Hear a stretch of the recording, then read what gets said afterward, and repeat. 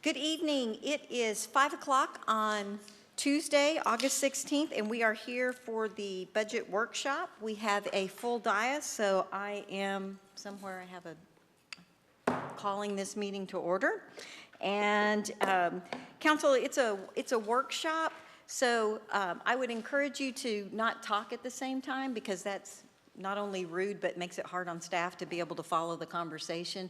But we won't be as formal about holding the floor. It's going to be a little bit more of a free-flowing conversation. There are a number of items, and the intention is to allow folks to hear what we're talking about, and then people can sign up for citizens' comments if they wish. Madam Secretary, do we have anyone at this time signed up for citizen comments? No, Mayor. Okay. We'll also be a little more flexible with that. If somebody's hearing something and they have comments, we want to hear from them. Council, because we've got some folks that claim that they might possibly have growling stomachs if we make them stay here all night, we're going to skip to item 2C and do that first, which is receive a briefing on the recommended funding for community events, community support, and community assets. And in fact, I think we're going to start with community assets. Is that correct, Mr. City Manager? Yes, ma'am. I'd like to give a quick overview of where we're at, and then we'll flip to the correct slide and we'll go over that community support and community assets. Some of you recall, we sent out we received some questions from City Council over the last week or so. We responded in Friday, sent that out to everyone, asked what specifically about those questions you would like to see in this workshop. Some of you answered, so that is what you will see in the slideshow. However, if there's any other questions that you want to go over, if there's any question on any page, we're happy to do that. We are going to go over, or the plan for tonight was to start with the review of those questions. When we talk about capital improvements, it won't be each project, as those have already been discussed a couple of times. This will be the changes that have happened since we had our last discussion. And then now we'll click over and start talking about community support. Oh, thank you, Colin. That was really quick. I thought I was going to fumble through half of the slide deck. Good work. Council, we're on page 144 if you brought in your budget book. We're on page 144. That's what they want to do first. So we're going to do community assets first, community support next. Sorry. Sorry, I get the two confused from time to time. Sure. I'm going to let Rebecca start with this. Sure.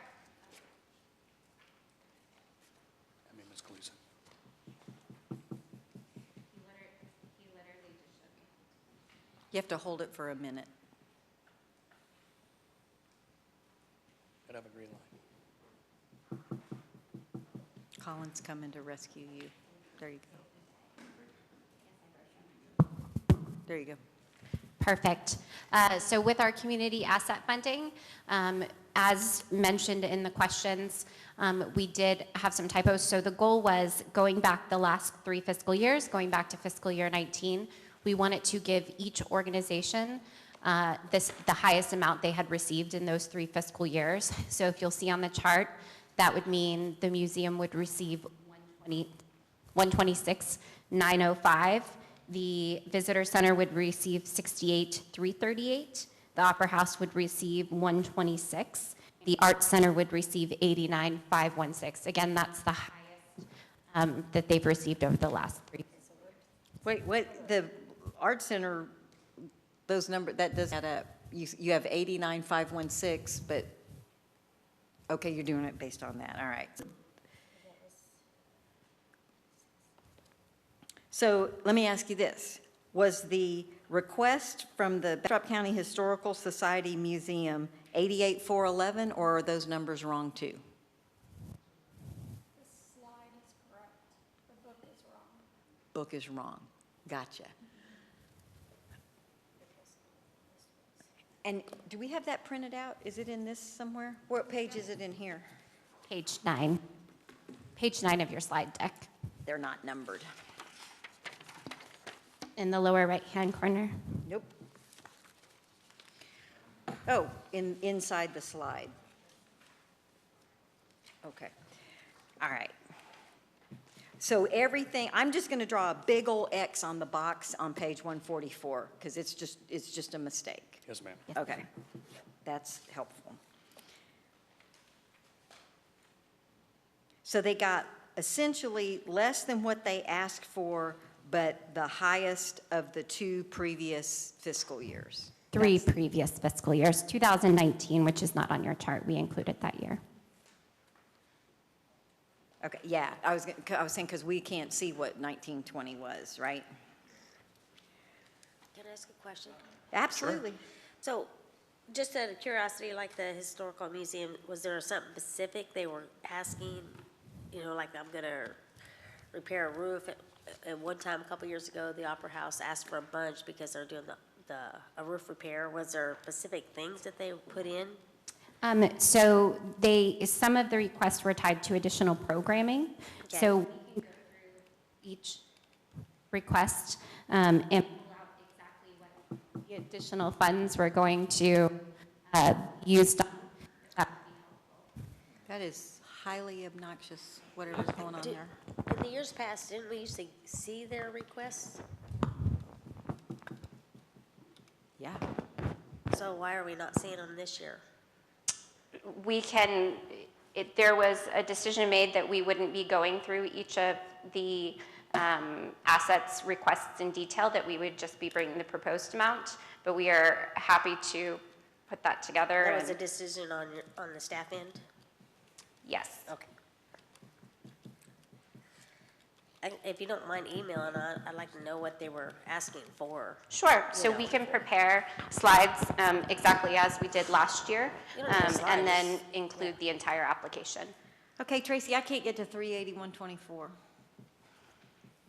No, it changes the total. Okay, but I thought you said the slide was correct. So this total on the bottom of the slide is not correct? No, ma'am, it has not been updated. That total is for the previous numbers. Okay. And for the Bastrop Opera House, it doesn't say up there or on my page here, because they're the same. Are they getting 118,806? The proposed amount of 126. Because that was their fiscal year 2019 request. That was the Which only is number. probably for a roof, which is exactly why Mayor Pro Tem Rogers is asking. That's an anomaly year, and so they're getting more money and closer to what they requested because they did a roof 3 years ago.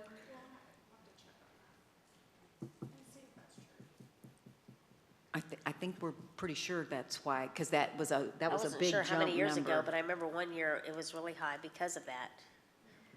It was, And I'm not, again, and I don't think anybody up here on council is saying they shouldn't get it or anything else. We're just trying to, at least on my part, I'm just trying to understand. I don't think the 126 was the roof year. I think that was prior to, and that was a special funding that was outside of the regular funding request. Okay, The good to know. 126 actually goes back to just fiscal 2020, just the year right off the chart, which did not include the roof. That was their funding that year. Okay. That may have been the first year that the requirement was for them to have a full season, and they needed, so the request was for the additional funds to cover everything. I understand the logic of we gave them the most of the last 3 years, but what council has no visibility to is what's the consequence of that lower funding, and it may be one of those things that if I'm asking for 162 and you're only going to give me 126, I'd rather have 120 or 130 is what makes sense. You know, if it doesn't logically, if it's not an increment of project or person, right? Now, I also have a question. I remember during the pandemic, we asked them not to take like the last payment. So is this what we actually approved or what they actually received? Because I remember that one year, we approved one thing, then the pandemic happened. I think that was fiscal 20. It's not on this chart. Okay, so none of them, they all? So that's the reason why fiscal year 20 is so much less. What we had done was we had said, we'll give you your entire amount for 19, but in 20, we want you to save some of your 19, and in 20, we want you to ask for way less. So that's why fiscal year 20 is so much less than you'll see 21. Well, that would make it the average kind of wrong. Well, no, the bigger thing is we can't see what 1920 was because it's Right. not on here. So But she said when she talked about the Opera House, she didn't do 19 and 20, she just did the two, correct? Is that what you just said, Tracy? It's not the average, it's the highest of the fiscal year. So the highest fiscal year was 19 for the Opera House. So you did 19, 20, and 21, the average? Or those are the 3 years you're using? The highest of the three. So we didn't add them together and divide them. It's just the highest of the three. So another way of putting it is, everybody but the Opera House got exactly what was approved in 2021, and the Opera House got what was approved in 1920. Yes, ma'am. And I think it adds up to $410,759. Is that what you think it adds up to? I mean, I haven't added it. Okay. I'm sure you're right. So again, why did we treat them differently than the other ones? Was there a reason? No, They asked for 147. They asked for more. I was just curious if that's what we did for all the rest of them. I was just wondering what was different or why. Have you communicated with these organizations what the new number was going to be, since page 144 was wrong? No, ma'am. Well, I think they need an opportunity to say what's the impact of not getting what they asked for. Certainly. Council, any comments on Well, that? I agree. So what we could do 2 years ago, what was done was the assets actually presented for their funding. So that was done away with for last year's funding. So it wasn't done this year, but it can certainly be arranged. I'm certain they would love to speak to their programming. Now, that's just me personally, but I like them proposing what they had planned, because then we know what they're wanting to use the money for, and then when they come back, well, they don't come back quarterly anymore, but when you report for them quarterly, we get to see how they're doing on what they said they were going to do, and we've taken that away and made it just numbers, and I don't think that's right. Well, the other thing is, we saw their applications, so Yeah. there wasn't a need for them to present, because we saw what they were asking for, and we could tell what the impact was. But now we haven't seen what they've asked for, and they haven't presented. So Right. I personally would think council would have a hard time saying, yeah, this is okay, and because I don't think we have enough information. Right. I also hate to tell them, present tomorrow night at 5 o'clock. So, No, but their application's already submitted. We yeah, see can them. we email, maybe Ms. Franklin or somebody, can you guys put in the council shared folder what their applications are? And we've got, I guess, really only one organization represented tonight, but maybe email them and let them know if they get the amounts that you're proposing, what would they be cutting, and what they would, if they have a recommendation. Certainly. So Mayor, just to clarify, if we put that into, give that information to council, would you also like us to show the impact on the fund, right? Something to give you a little something to look at as far as, and Tracy's gonna have to go back eventually and On move the some overall numbers. fund? Right, and Yeah. I think the main goal here, why you see the 380, 124, which is actually the 410 and change, is to really establish an amount that you're comfortable with on the bottom line. We can certainly go back and see what it takes if everybody gets all the funding they asked for, and give you another number, and then I guess as a whole, the decision is that a number that everybody's willing to live with for the community? Yeah, I understand what you're saying. The HOT fund has been if I'm remembering our financials correctly, it's bounced back, and it's strong. And if these organizations are doing things that are driving HOT funds, that's exactly how we're supposed to be Right. spending HOT fund dollars. So it will be, but we did set a policy for reserve on the HOT fund. So yeah, I think we should look at it both ways. What's the impact to the HOT fund if we give them what they're asking for? Let council see the application, and then maybe we ask all of them, if we can't afford exactly what they're asking for, what would they, what's What the can they easier cut? things Yeah, to what- cut? What can they So cut? you can see the request for 528,875, if that's a number that we're comfortable with, right, on the year they're requesting funding for this fiscal year. Okay, so the 528,875 being the requested We amount. proposed 380,124. Are you okay with 528,875? If not, is there somewhere in between? We can come back with another suggestion, or you can select who you want and spread it out. It would just be helpful to us if we understood the boundaries.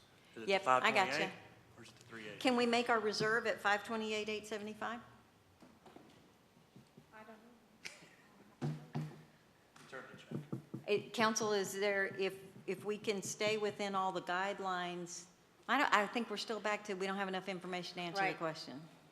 Because I'd like to see what they're asking for, or the reasoning they're asking for it.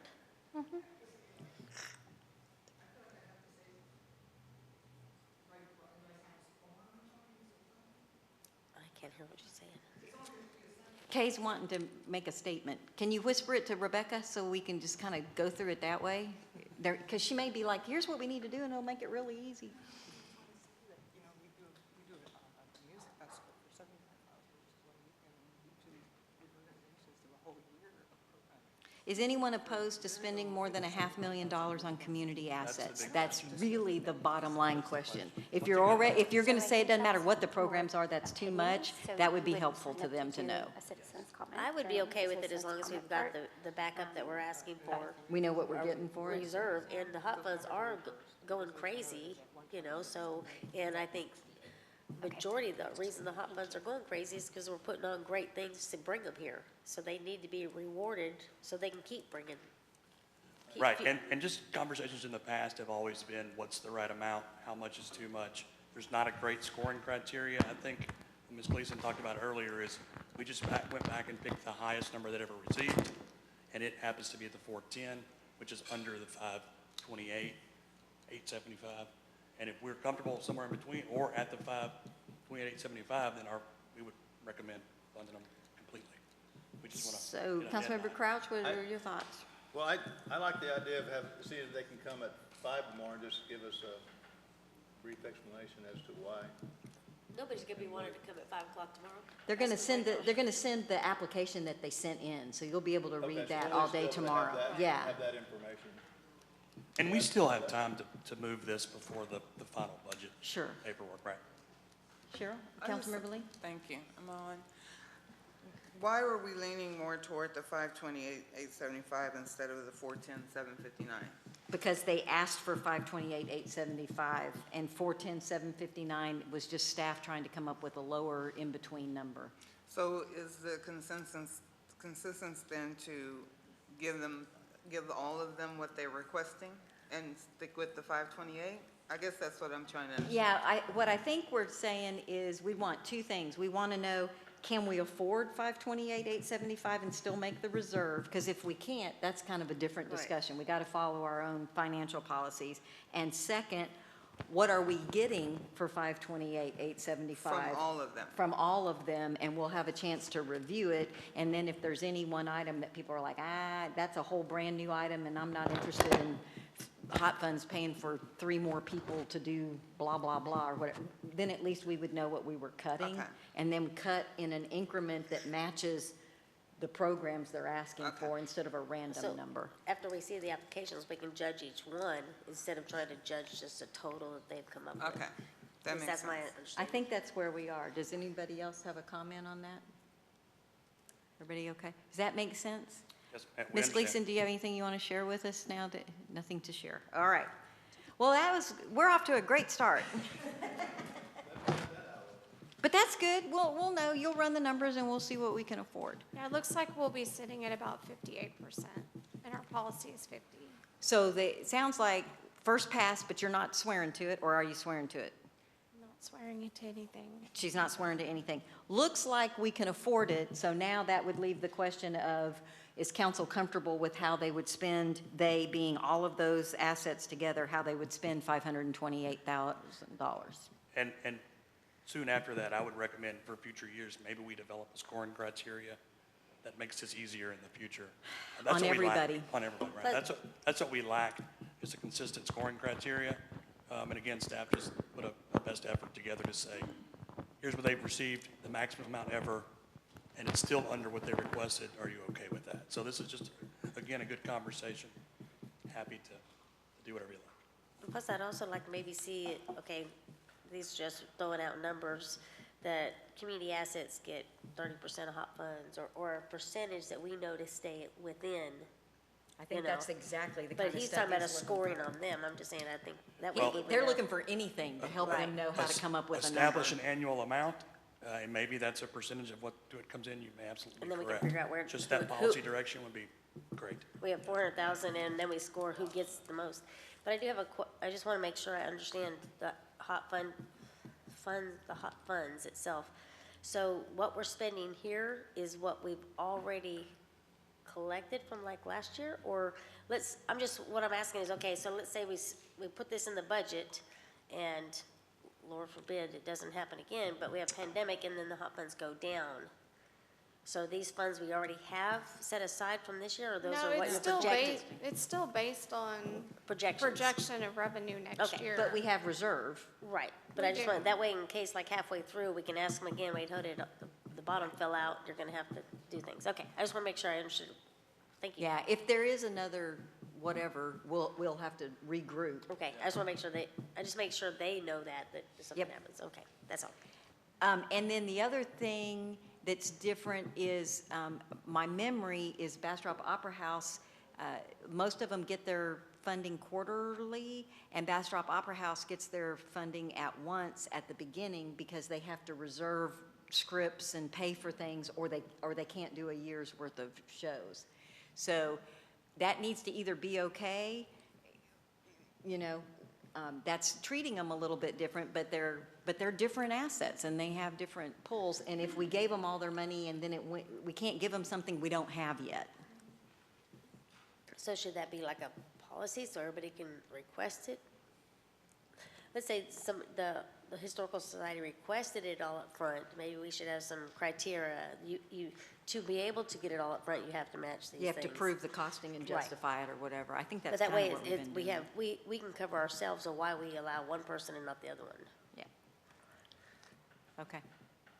All right, has everybody talked about this one slide enough? Any other comments?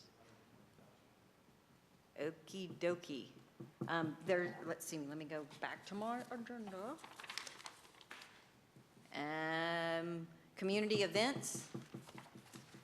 Which one do you want to do next? Events or support? Events. Okey doke. It's got to be close. Community event. Page 20.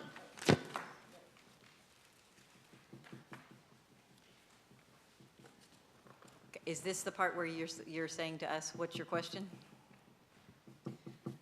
So I created the chart just to explain the differences between the 2 years, because I know that was one of the questions that was submitted. So this is just laying out, this is what was funded in 2022, this is what's in the 2023 proposed budget. The main thing is the MLK programming is only every 3 years, so it was in last year's budget, but it's not in this year's budget. And then the Christmas lights were increased. Patriotic Festival was increased, and Juneteenth was increased. So on the homecoming is 4 days, and Juneteenth is kind of 2 days, that was in the answer, so that's kind of how you're justifying the 10 and the 20, right? Anybody have any problems with the 10 and the 20? Everybody okay with that? I have a question. Is that what they requested? Like, did Juneteenth request 10,000 and homecoming? Or is that just what we're just saying we're gonna give you more money? I'm just curious. Yes, Juneteenth asked why they were not receiving more funding. Oh, no, that's fine. I just wanna make sure we're not just saying, okay, you haven't asked for it. They have a plan to spend it on something. Right. Yes, no, yes, and Juneteenth has worked really hard to be a great partner to the city, and we've been cross-promoting. It's been, Oh, no, that's fine. I Right. just wanna make sure somebody was requesting it. We weren't Yes, just ma'am. handing it out. Okay, then that brings us to the Patriotic Festival, and the memo, and Trey, thank you for sending the memo out on August 12th. Until they received the memo on August 12th, thought we paid for fireworks. I thought all of the That's money went exactly to what fireworks. My understanding is that we wouldn't fund their fundraiser. We would just pay for just the fireworks portion of it. that was the exact question I asked, and so the response that I got was the details were included in the memo. So I believe that part of the reason why the chamber stated that amount was they have a partnership with the fireworks provider, and so they felt like that partnership allowed them to get a better cost, which brought value to including the other items that they needed to support a good public event. So did we give them money and say, here's money for fireworks, or did we give them money and say, spend it however you want? Last year, that's what you're asking, right? Any of these years, because ever since we've started funding, I always thought we were funding just the fireworks. I believe we've been giving them funding for Patriotic Fest. See, that's not the way the council, at least this council chair didn't understand it. Please, former chair of the chamber. I know, I think it was before I was chair, but it was right in that time frame when the previous city manager was here. She wanted to up the game, and that's when the inflatable water slides and she wanted a bigger stage. Because remember, they used to go under the pavilion, the bands used to. She wanted a bigger stage. She wanted it to be a bigger event. And that was where a lot of that extra money came from and went. Okay, Those types of things, anyway. I'm sure that makes perfect Becky sense. could give us a list. Yeah. And if I recall, there was some conversation about there were certain events that the city council at the time had decided that were important to the community, and that were these events. And it was just the funding that we were going to provide. I don't know that we have the specifics. If that's your intention to only pay for the fireworks, happy to make that adjustment and communicate that. Well, some of the feedback that I got was, wow, that's a lot of our tax dollars, and people were like timing the fireworks. You know, it was, what was it, like 9.5 minutes or so? There was some postings on exactly how long it was. So, council, I'm interested in your feedback. My other concern, and it just gets messy, is it a community-wide event and its purpose is not to make money, its purpose is to get people to come to the community, or is it a fundraiser for a nonprofit? And how much of our tax dollars should be funding a nonprofit's fundraiser? So that's definitely a council policy, staff will do whatever we tell them to, please don't ask them questions kind of thing. So, interested in feedback and comments. Anybody? Your light's on. I know, but I'm giving y'all a chance. She's thinking.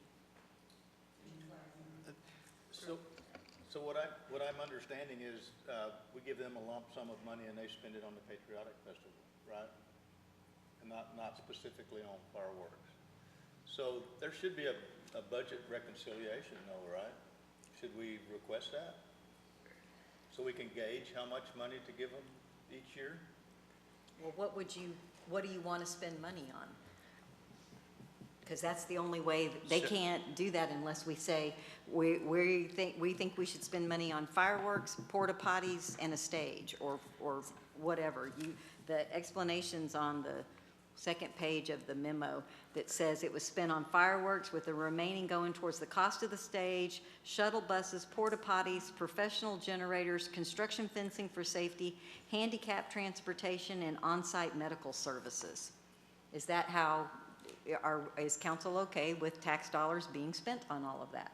See, and Linda may have, or past city manager may have wanted all those things, but what I have a problem with is, I would love to go back and watch the budget meeting, because the way I remember it is that we were giving it for just the fireworks, and we even upped it last year because the fireworks went up in price. Because even when it was in pandemic, there was a discussion on how she couldn't get the money back because it was too soon to get her deposit back. So my understanding is that we were always just paying for fireworks. And that was our part of it, because we felt that the city, whether we had a Patriotic Festival or not, the city needed to put out fireworks on the 4th of July or during that time frame. And that's what the councils that I remember sitting at, that's my understanding. Do we know what the total budget is for that festival? No idea. Because to me, one that I would want to know that. If they're paying, I would just want to know what's the total cost, 60,000, 80,000, and then, or, because we're not funding, our 35 would not fund the entire festival, right? That's correct. Correct? So being from around here, as long as I have, I always thought the city just paid for the fireworks too. I didn't really know specifically where the funding was, but I do recall specifically that the city was always paying for the fireworks. And my understanding is that fireworks are upwards of $30,000. That's what I thought. I thought Yeah. they were costing that much money. And I assume that the memo that staff sent us, this is numbers from the chamber, so the fireworks were $15,000. Right, and Ms. Womble, when she mentioned that in her email she said the fireworks that we received here were worth about $30,000 to $35,000. It was relationships that brought the value down to 15. They were happy to provide a deal because they'd partnered for so long. We've had some conversations at staff level about how to determine a return on investment for all the community events. If that's something council would like to explore, that true up that you were talking about. Recently, Ms. Gleason worked with Retail Coach to collect some data to see if there's a huge increase in people downtown for these events. And this includes funding, not always staff-related participation, right? So the actual return on investment could vary quite a bit from staff participation, and the cost of a special event permit, for example, is $300, plus $35,000 for. Plus, what's not included in this number is parks people working overtime. Yes, ma'am, that's what I'm talking And about. the police, and so. Clean what up afterwards. Our shared in-kind services is a way higher number. And I always understood that the sponsorship was, we pay for the fireworks, and then there's a deal on the park, we don't send them a bill for the parks people that are working all weekend, do we? No, ma'am. That's just part of the annual budget. We actually put in overtime for all of the events, and that's just a planned amount that's in the annual budget. But again, that return on investment calculation, we could probably put something together if you'd like, if for this year or even in the future, to help determine that amount that you'd like to provide in the future. Okay, so here's my issue, is that if we give them money besides just the fireworks, that again, was my understanding, but we don't get any say on how big they do it, how many days they do it, we don't have anything, we're just giving them money. Which the Juneteenth and the homecoming, yeah, they do make some money off it, but they're pretty much a board that doesn't get paid. You know, they're organizations that aren't a paid staff. This is an organization that gets, you know, they're doing it to keep their doors open. So I think you're not comparing apples to apples. That's just my personal opinion. Which I is think we why I should would want to kind of see what the total payout is for that, because it's a good point, is we are then having to pay for the staff. on top of what we're giving. Right, so in addition to getting the 35, we're having to come out of pocket for the staff to help them run it. So then what's the total? That's kind of why I would love to see the total amount spent, to see if we are getting apples for apples, or. I mean, and how much are they actually making off of it? So we're Right. helping them make money, which isn't quite what we're doing with everybody else. Right. I agree with Cheryl, Councilmember Lee, sorry, got choked up on a grape there. We should know, we shouldn't be sitting up here deliberating on how much we spent on Patriotic Festival. We should know how much, as a city, we spent as a whole on it. It was 30,000. Well, we just talked about, we don't know how much staff is, and we don't know how much the park rental is. We don't take into consideration the permitting that we get for all the food vendors down there. I mean, the total cost for everything. So we should say, how much did your Patriotic Festival cost? We should be able to say $85,000 total with all the stuff that you see, the slip and slide, the blow-up house, and all of that.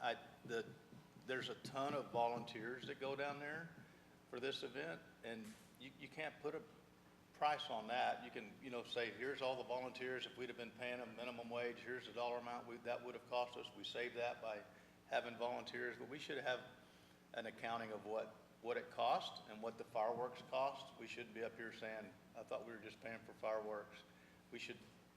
That should be provided to us as to the budget for all that stuff that you mentioned. And I'm glad Councilmember Plunkett mentioned the big stage. That big stage is nice to have up there, instead of the pavilion, right next to it. So I think it's a great festival. There's everybody in town, almost, it seemed like everybody in town was down there at some point during the day.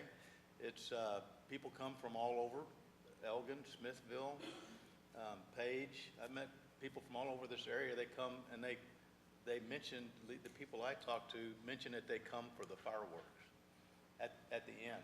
And so, great, I'm glad we had a 9-minute. Can we get by with a 6-minute or 7-minute? The calls I'm getting, they're not asking for less fireworks. They're That's what I'm asking saying. for it to go the If we're other gonna give- direction. If we're giving $35,000, then let's give $35,000 worth of fireworks. Yeah, but, And if we're Because that's leveraging what the it- relationship, then that means we should be able to provide the taxpayers $70,000 worth of fireworks. yeah, it shouldn't be a profit thing. But it is. Well, for- but it But it is. is for the It chamber. shouldn't be, though. That's what I'm I- saying. I But we agree. also should know what everything costs and what we're spending on it. So if we At the could- end of the day, when there's a final accounting, I have an issue with tax dollars are out and one organization Benefit. is making a profit. Now, I believe, Ms. Womble she may not be watching us, or she may be throwing things at the TV, because I don't think they make a ton of money. Is it a break even? Is it, they make a little?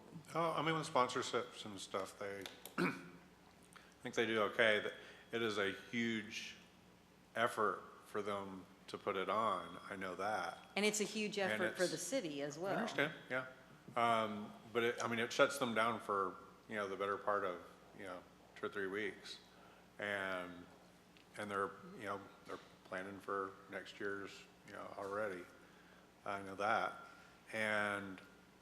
But yeah, they have other fundraisers that have a way better ROI for them, I know, than this does.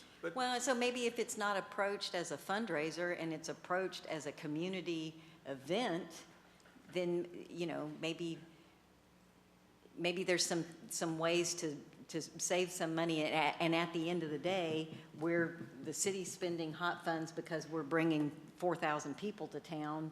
There's a little more. Yeah, there's a lot of different ways to look at it and account for it. I also don't think we shouldn't be leaning on the edge of losing money or breaking even either. We should budget it and fund it to be in the positive on it, not go into the negative or just at a break even. I don't see how you could. Well, who gets the positive? Do you split the positive based on the percentage of costs that are put towards the event? Again, I think if we knew how much the positive was and we had a budget for the entire thing, we could gauge it. And then also, to what Councilmember Plunkett said, you do generate profit for the hot funds. So I just want to People in from clarify, out of this town. is not hot funds. This is all general fund. I do want to make that People correction. coming This in is from coming out of general town That fund. to makes a stay big here to difference. watch that. So, if it is council's desire that these funds only be used for fireworks, we can certainly leave the amount in, have her give us a quote for what her fireworks are gonna be, provide her that prepayment for the quote, and So I have a question. On, let's say Juneteenth and homecoming, when they put in their request, do we get their full budget of what they have for that event? We do not currently. We can request that if we'd like. Just out of curiosity, I mean, they do a fabulous job, but I just don't want to ask the Patriotic Festival for what they're making if we're not going to ask that from everybody else, has to I be- think if we're increasing funds, they should tell us what they need the increase for, no matter what group it is. Well, just like when we do the I forget the other group, but is this, let's say it's $5,000, is that 100% of your budget? Is that 5% of your budget? How much are we supplying to your budget? And You know. and I think that it's good if they tell us what they ended up spending, because if we gave them 5,000, but they ended up spending 20, then they can justify Right, they why, got so much why out of they would like to sponsorships or have something. the extra help Or at least what they spent last year, so Right. that we can tell. to Yeah. make the event better. I personally can think of multiple occasions, if we're talking about homecoming, cities that I've seen where every organization in the community, every committee contributes to make that. I've seen fireworks shows that have lasted 20 minutes. Wow. And it's because all of the organizations do what they can to raise the money and pitch in and make the event. We're talking Louisiana, all the parishes come together to support this, their event to make it better. I've seen, if we're talking Juneteenth, other cities where the cities fund the Juneteenth. They pay for everything, but they also bring in big name artists that you hear when you turn on your radio. And so they are having some huge budgets. So if we're looking at trying to enhance these things, it takes money, but you got to tell us what you need the money for. Like a band, I priced a band one time for an event, and it was $5,000 for them to come, plus they needed to host a hotel. So you're already looking there at $7,000, plus we still got to pay for the banquet, you know what I mean? So just tell us what you need the money for. Well, council, and this happens every year. The funds kind of start running together, and this one is the Christmas lighting used to come out of BPNL, then it was BPNL to the general fund. There's, some things get a little wonky, and we're working hard to keep that exactly straight, and it's by budget year, it's extremely clear where it's coming out of. Thank you for clarifying. Community event funding is 100% general fund. This is money that could be doing potholes. This is money that could be paying salaries, or this is money that could be Christmas lighting. So one alternative, because the Christmas lighting, council said, we want it here, we want it there, we know where it is, we negotiate it, we pay it, it's over. On the Patriotic Festival, one thing we could do in the community event funding is say, and I noticed that they asked for 33.6, but we're giving them 35. I don't know if we just round it up to make numbers easier, but maybe we say we want the fireworks to last a little bit longer, so we're budgeting some additional money, but the community support money, that I can tell a taxpayer, how did you spend my money, taxpayer, is you got 15 minutes worth of fireworks. All $30,000 has to go to fireworks or whatever number you want to make it, and then the event part of it becomes, go see Hot Funds, and you're up against any other event, and you have the advantage of saying, I've brought 4,500 people to town. Because there are some folks that say, well, they don't spend the night, they come from Elgin and McDade, and they drive home when the fireworks are over. And then there's other people that say they stay all weekend. And there's people that say, well, they're not spending money on Main Street because they're all down in the park. Well, I don't know the answers to all those questions, but we do know from Retail Coach how many cell phones were in the area. So, instead of globbing it together, it seems to me it would make sense to say, in this part, we're only paying for fireworks, and then porta potties and all that other kind of stuff that's eligible for Hot Funds, and you're doing it because it's an event that people come to, then go talk to Visit Bastrop about Hot Funds. And maybe they end up getting more money because they have so many people coming. Is anybody got thoughts about that idea? That's the whole point of, Your mic's not on. that's the whole point of what the hot funds were for, was for you to keep putting heads in beds. And if their event's gonna bring people to town, then that's what they need to request for. So do you want, to be fair to everybody, then Juneteenth, homecoming, and MLK is not a discussion this year, but we ought to set a policy for all of them. Those are community events sorts of things. Do you want them to go to Hot Funds? Do you want the the 5, or the 10 and 20 are reasonable events that the city wants to be involved in, and they get a, go spend it how you want? Or do you want to have clarity about how they are spending those dollars? So I always thought that Juneteenth and MLK were not eligible for hot funds. For, That is correct. That's the whole reason we took those out of the hot funds. Because of that, we decided the community needed these events to be a community, to be, what do they call it? A nice place to live. whatever. Quality of life? Quality of life. And having fireworks qualified as quality of life. And that's why we put the fireworks in there, because we thought the quality of life, now that she says that, the community needs fireworks. So that's why we agreed, my understanding, agreed to pay for fireworks. But if she wants, if they want help with the rest of the festival, it needs to go on just like the car show and everybody else, get it the other way. But Juneteenth and homecoming is not that kind of event, because it's more of a city Right. event that happens on a Our holiday? community needs those. Okay. That's my understanding, or my feelings. Councilmember Crouch, your light's on? Well, I would hate to see it go away totally. I mean, there's a lot of effort going into that, and I think we should ask for an accountability, a budget on what it's going for, so we can see what the money, especially if it's coming out of the general fund, what it's going to. And then how do you put a money to on, didn't you just say that they get a discount because they've been doing the fireworks for a long time, and we're getting $20,000 worth for $15,000? So where do you put that? Where do you put that money? You don't account for that. So I think it's a great event. I think we should ask for an accounting of the money, just so we can kind of see, and if they're making some money. But if they at least could we'll be get able to more see it. money, if they, by justifying the 4,500 people coming to town, are you opposed to the hot fund eligible portion of it going out of hot funds? No. so then Yeah. homecoming doesn't get hot funds either. Did I hear that correctly? I think the answer, they do not get hot funds. Right, they don't get hot funds either, So because we then felt we would need to- more people stayed with family Right. during those events. That's why we moved it over here years ago. And So the then other will we thing- create something that would allow them to get hot funds going forward? If they can prove up the data that they're generating hotel rooms, they can fill out an application and apply for hot funds. So then that wouldn't work for homecoming, Juneteenth, and MLK, what we're saying then?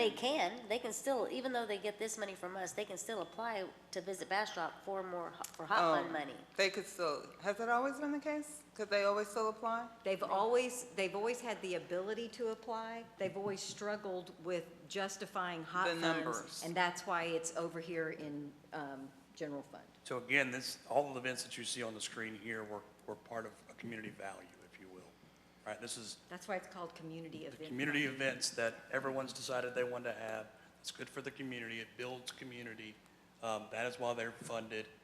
If we want to tie them to something specific, we're happy to do that. Gotta know We what just it need to is. know, yeah. And I think they will be difficult because they're all slightly different. That's why, again, I mentioned the return on investment at some point. For example, we know the level of return for Christmas lighting. People are here for the entire month, right? There's a lot more people into town, Christmas shopping. They're here for the lighting of the tree, that type of thing. The Patriotic Festival, again, if we want to tie it to fireworks, we can. Or we can, again, just make this a community event. I believe Juneteenth is actually a bit of a fundraiser for college scholarships. Correct me if I'm wrong. And MLK as well. And MLK as well. So I just want to be careful that whatever we tie it to, maybe it's a specific, say we have a street dance, for example, every year, and that's what the money's for. We shouldn't be But I don't know funding if you want- scholarships. I don't know. That's, again, all your decisions. We've decided in the past, this $242,000 was important to the community, right? Or the $202,000 we spent. If that's still okay, we'll leave it in. If not, we want to develop a criteria, happy to do that too. That's kind of, that's why we're having the conversation. I just think if it's difficult for those three to be able to receive hot funds, then I also don't want to restrict them. So I don't want to put some language in there that's going to restrict them to what they've been previously getting either. Well, that's why I think it would be cleaner to do the $177 on Christmas lighting, the actual invoice for the fireworks for the Patriotic Festival, Juneteenth at 10, homecoming at 20, that's based on 2 days and 4 days, and that's giving them money to run their event. And then any of them, and particularly Patriotic Festivals, already got some good data on the blow-up water park, 'cause I know they know how many bands they sell, so, you know, and how many people come and buy the water bands and that kind of thing, so they can, that event more than the others, but it may get to a point that maybe Juneteenth can say people are spending the night from Friday night to Saturday night too, but they all have the opportunity to go after hot funds. And tell me if this is a different discussion. Why don't we charge for these events? Is there We something don't that charge says we anything. can't, or they can't, I'm sorry. Is there something that, because I was also told once that because the city gives these groups money, they can't charge for events. Is that true? Patriotic charges for like the water parks, I mean, different things, you can go into the event for free, but they, you know, different activities So happen. they So I could- think they can. They can like shut down the street and give them a band and come to the street dance to raise money? The homecoming There's no charges. restriction on it, is No, what I'm- homecoming charges to go to the rodeo. I Parade's think free, all but four everything else things are known as the community events for Bastrop. People know those 4 or 5 things, depending on if you do the Juneteenth and MLK, it's a combo thing, but people come here for those things. The Juneteenth is just started, How's it a combo right? thing? Excuse me? You said Juneteenth and MLK are a combo thing. What's the No, combo? no. Well, to me, the money just moved from MLK to Juneteenth. It's because MLK's only here every 3 years. And then the other, I think that both of those things, for me, is things, all those 5 things are things that is known in Bastrop as community events to go to, all 5 of those. And I don't see, if you look at the math on Patriotic Festival and you look at the homecoming, the homecoming's $20,000 and there's $15,000 different for the Patriotic Festival, which we know the fireworks is $15,000. Homecoming lasts another day, 2 days more, but I think you get more people coming through for the Patriotic Festival than you do the homecoming. I don't have facts, maybe we can do the cell phone thing, or maybe we have that information, but I don't think that any of those 5 things should be left out. And I know we're trying to get, whether it's gonna be hot funds and we just pay for one specific thing of the Patriotic Festival or not, but I think there's a lot of, I think we just get an accounting for that, we can adjust a dollar amount in the future for it if we need to, and just move on like that. I don't see why we're trying to pick at the things that are being spent for the Patriotic Festival unless it's just Because there was specifically- an explanation that it was only for fireworks. That's what started this entire conversation.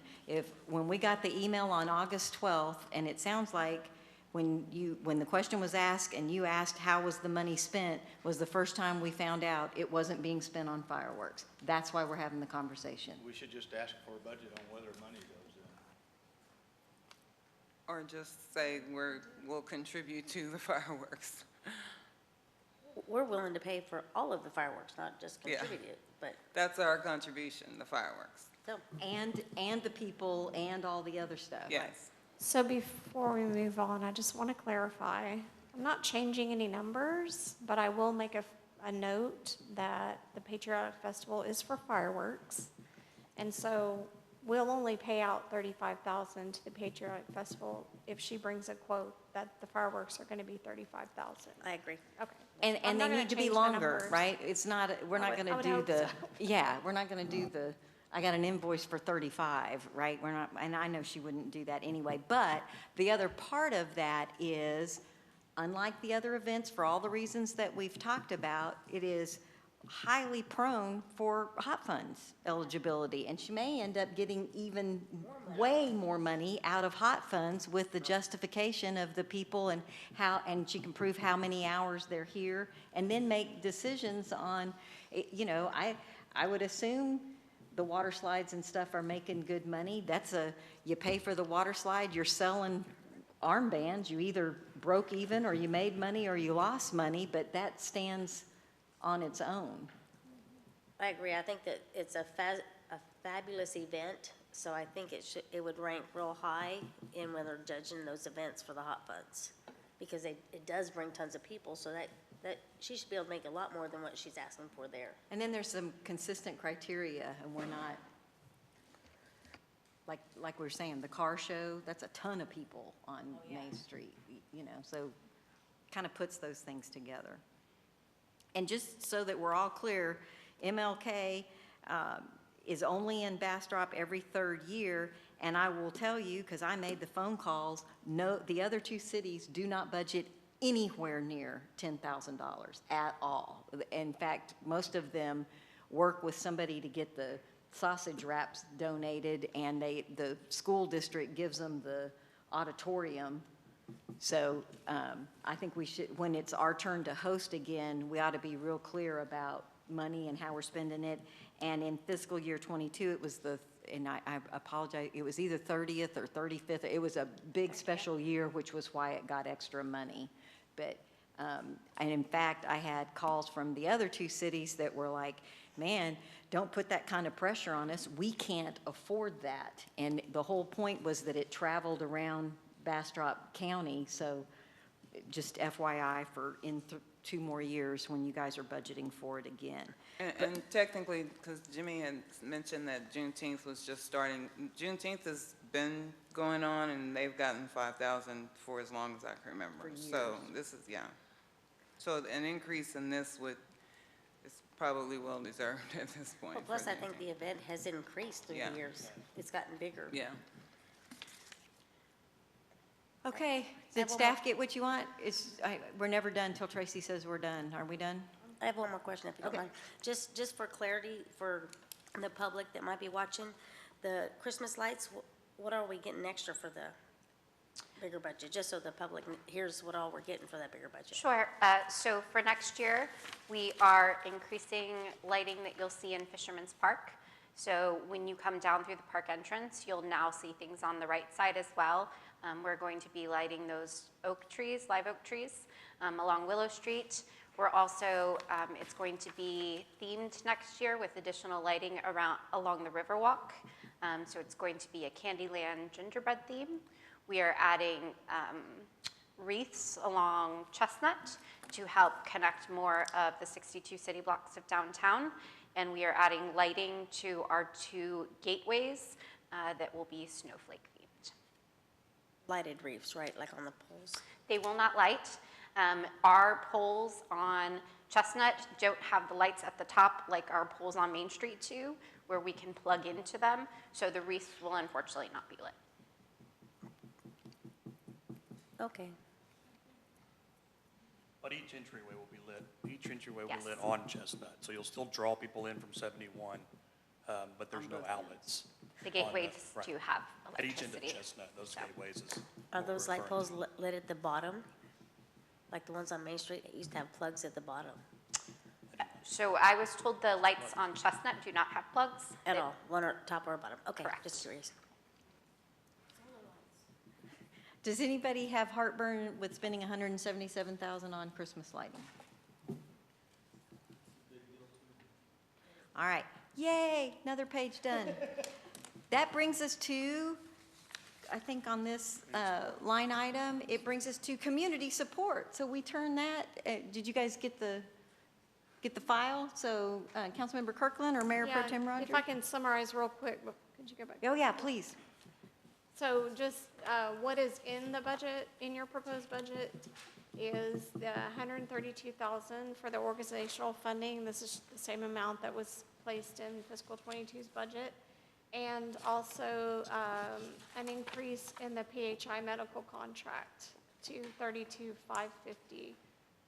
Did not include a rate increase, but it was a higher house count because our house count continues to grow. But the PHI is not in the 120 total anyway, right? It's The outside? 132, it's outside, yes. It's outside, okay. Everybody, you clear on that? Okay, so that brings us to page 22. Which one of you guys are talking? I'm gonna let John go first. I'll back you up. Well, then I'll turn my microphone on. So, Mayor Pro Tem Rogers, I don't know that I've ever said those words together. We met and discussed the community support funding, and it was an interesting activity. Some of the challenges with it are that the requested amount varies widely and grows over time as more groups seek out funding for their operations. And did a little bit of research on what other communities are doing and saw things in San Marcos and Georgetown and a few places. Had a discussion with City Manager Hoffman at the time about it as well. And he said that he was not familiar with this style of funding in the cities that he's worked with. I did find some examples of it, but so he found that interesting, and we talked about that a little bit. What we sort of wanted to do was find an alternative way of doing the community support funding in future years, but we did not want, we wanted to provide a more normal amount of funding this year and then provide the message at the same time saying that the program will change next year. And then the program next year, for instance, the city of Georgetown sets a $5 per capita per individual that lives in their town as a dollar amount for the total. And we also discussed, and Assistant City Manager Gleason, we discussed a word like support contract. Is that the right? Service contract. Service contract, thank you, that's the right word. A number of these organizations provide services to the city in that if a police officer has a certain situation, he will then use these, or some of these community organizations to provide services that otherwise perhaps the city would have to fund in a different way. And so the thought would be that we could potentially turn a number of these into service contracts and then the remainder we could have something like a grant program or something on a reduced dollar amount that people could apply for funding a particular new thing or something that they wanted to do, and we'd come up with rules for that. And so in addition to creating kind of this recommended funding, we also wanted the subcommittee to continue to exist so that we could discuss those additional direction things that we had as an idea.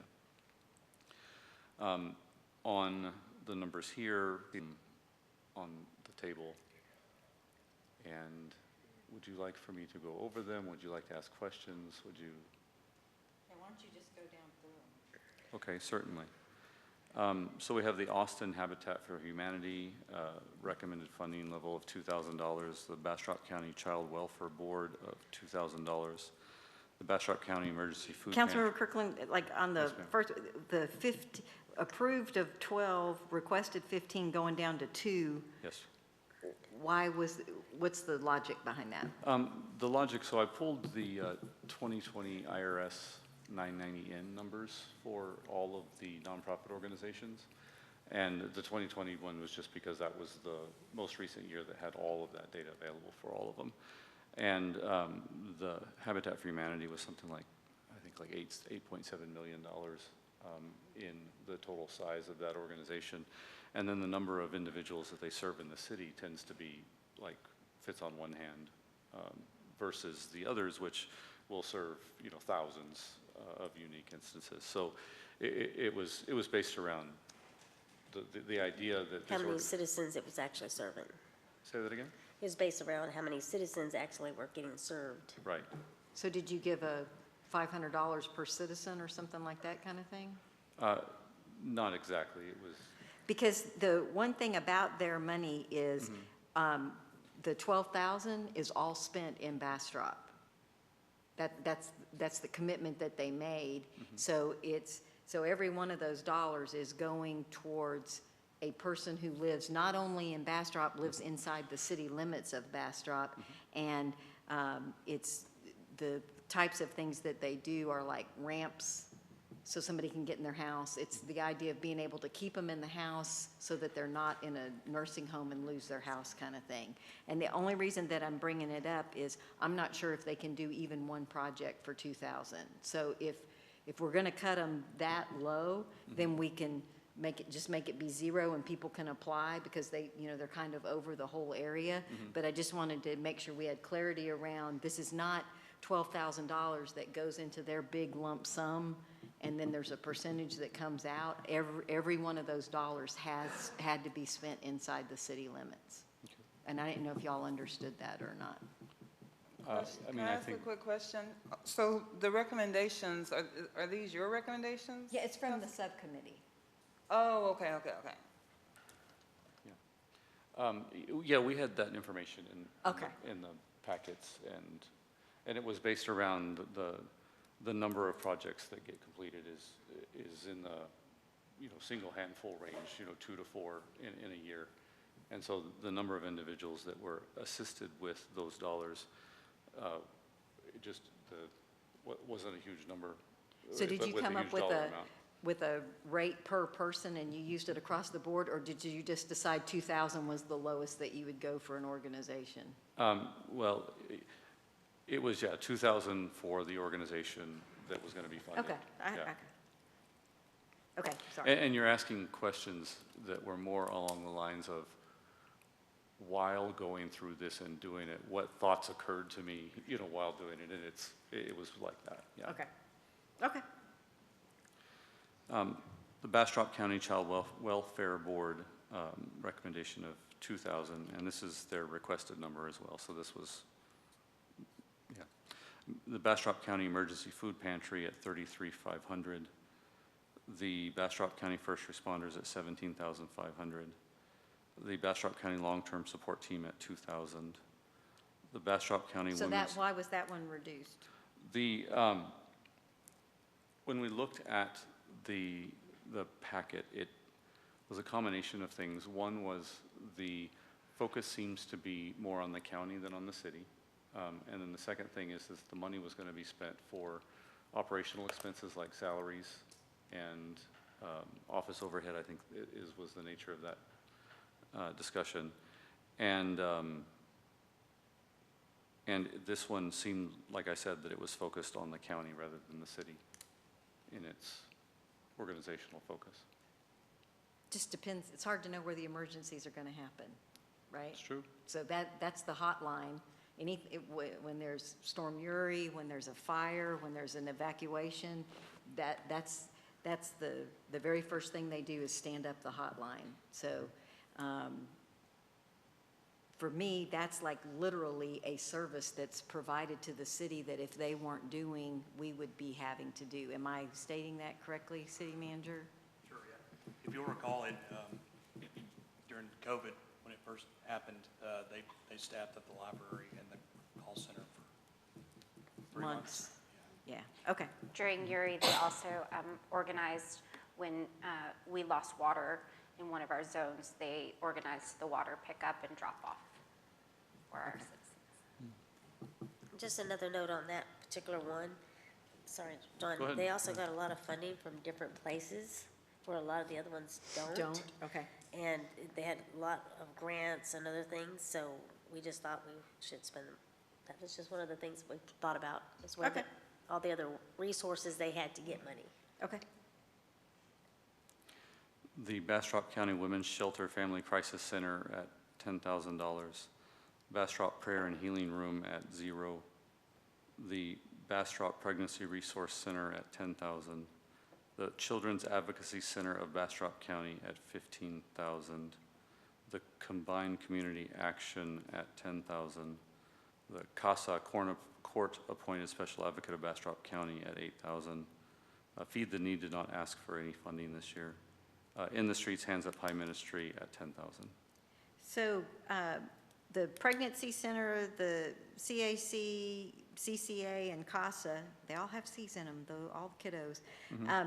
Help me with the logic of the advocacy, CAC got what they asked for, and the Pregnancy Resource Center, oh, is it because they asked for twice as much and you tried to keep everybody kind of steady? Is that, I'm kind of seeing that logic now that I'm relooking at. Yeah, and the other thing I did was I was trying to, there's a column that you don't see on this spreadsheet, which is the funding in the 20 to 21 approved, added up to 120,000.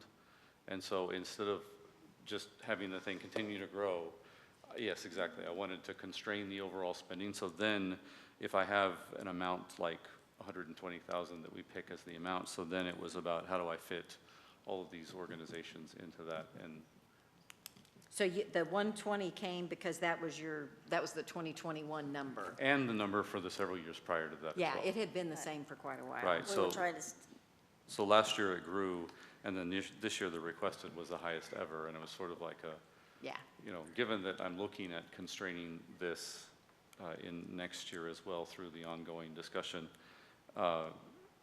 this was, I don't know, sort of an attempt to prevent continued upwards growth. so council, thank you to Councilmember Kirkland and Mayor Pro Tem Rogers for serving on the committee. One of the best things that did is it keeps us from asking staff those questions, because this is 100% policy, we're council, 3 votes and you get it. And it's really unfair for, staff has plenty to do. They don't have to try to read the tea leaves of what our favorite nonprofits are.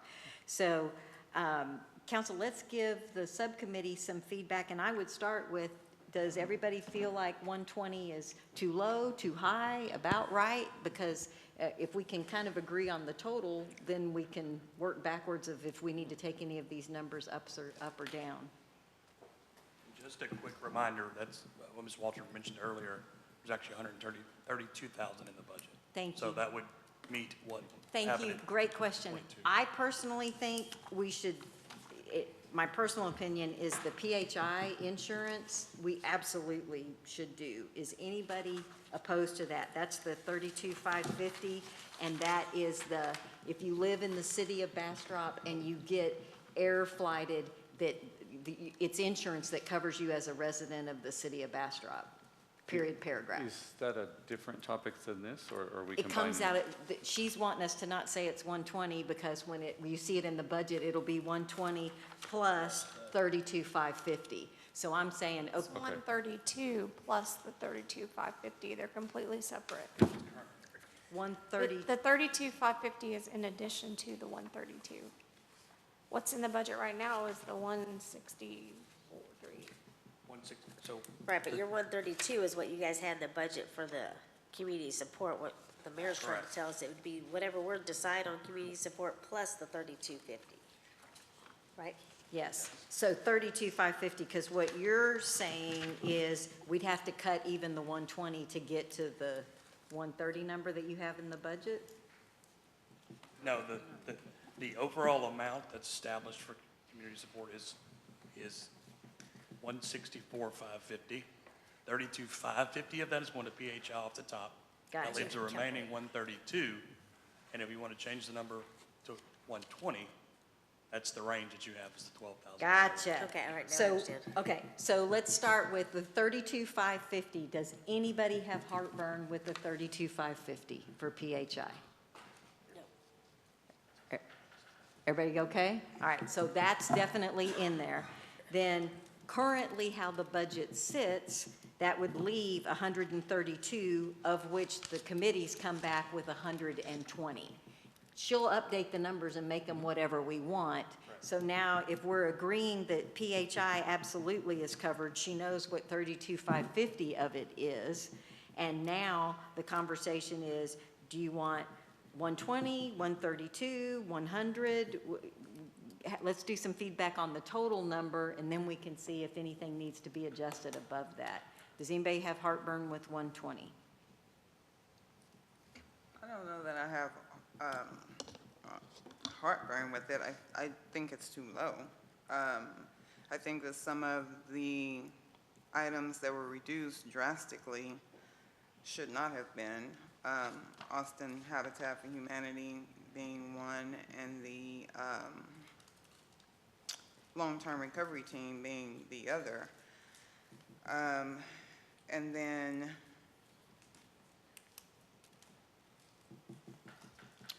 primarily because of what was stated about Austin Habitat for Humanity. I wish I had their initial presentation in front of me to see, because they outlined or they detailed on their presentations how they contributed to the city. And I have to believe that the long-term recovery team contributed more than the 2,000 that we'd be giving. They service a lot. They service and help a lot of people, and they have to organize in a quick matter of time when an emergency happens. It also brings people to our city that are impacted by the emergency, who often end up having to stay with relatives, putting burden on relatives that might be living in the city, and then themselves having to end up finding a place to stay in the city. So I think that organization services the city a lot, not just, I know that they get funding from other places. Do you have a number in mind that you're thinking? No, that's why I said I wish I had their packets in front of us that they all presented. Are they on our council shared folder? I thought, or did they only go to the subcommittee? They only went to us, I think. Okay. Now, the Austin Habitat for Humanity, if you don't mind, to me, I think I'd like to know a little bit more about what projects they, I'm gonna fix this, this, and this, and that's what the total is, and we could fund to get those fixed. This one's not giving you a specific projects. Of course, I'm sure they don't know that in advance, but it's kind of like with the first responders, they come over and ask us for a specific item that they need.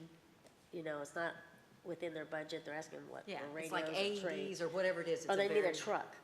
I mean, they're buying a whole truck for I don't even know how they're gonna buy a truck for $17,000. So that's kind of leaves where my thinking was on but we're open to whatever you guys think. This is I just would what we come definitely up like to see more given. I'm with you on Austin. And I'm basing that knowledge off of what the mayor just talked about for Austin Habitat. I didn't even know that they were here and doing anything. But long-term recovery team, I know, does a lot for people that live in the city and in the county, and for the welfare of people in general. I think that should be given more consideration. I would be interested in knowing why and I don't know much about this ministry, but the In the Streets Hands Up High ministry.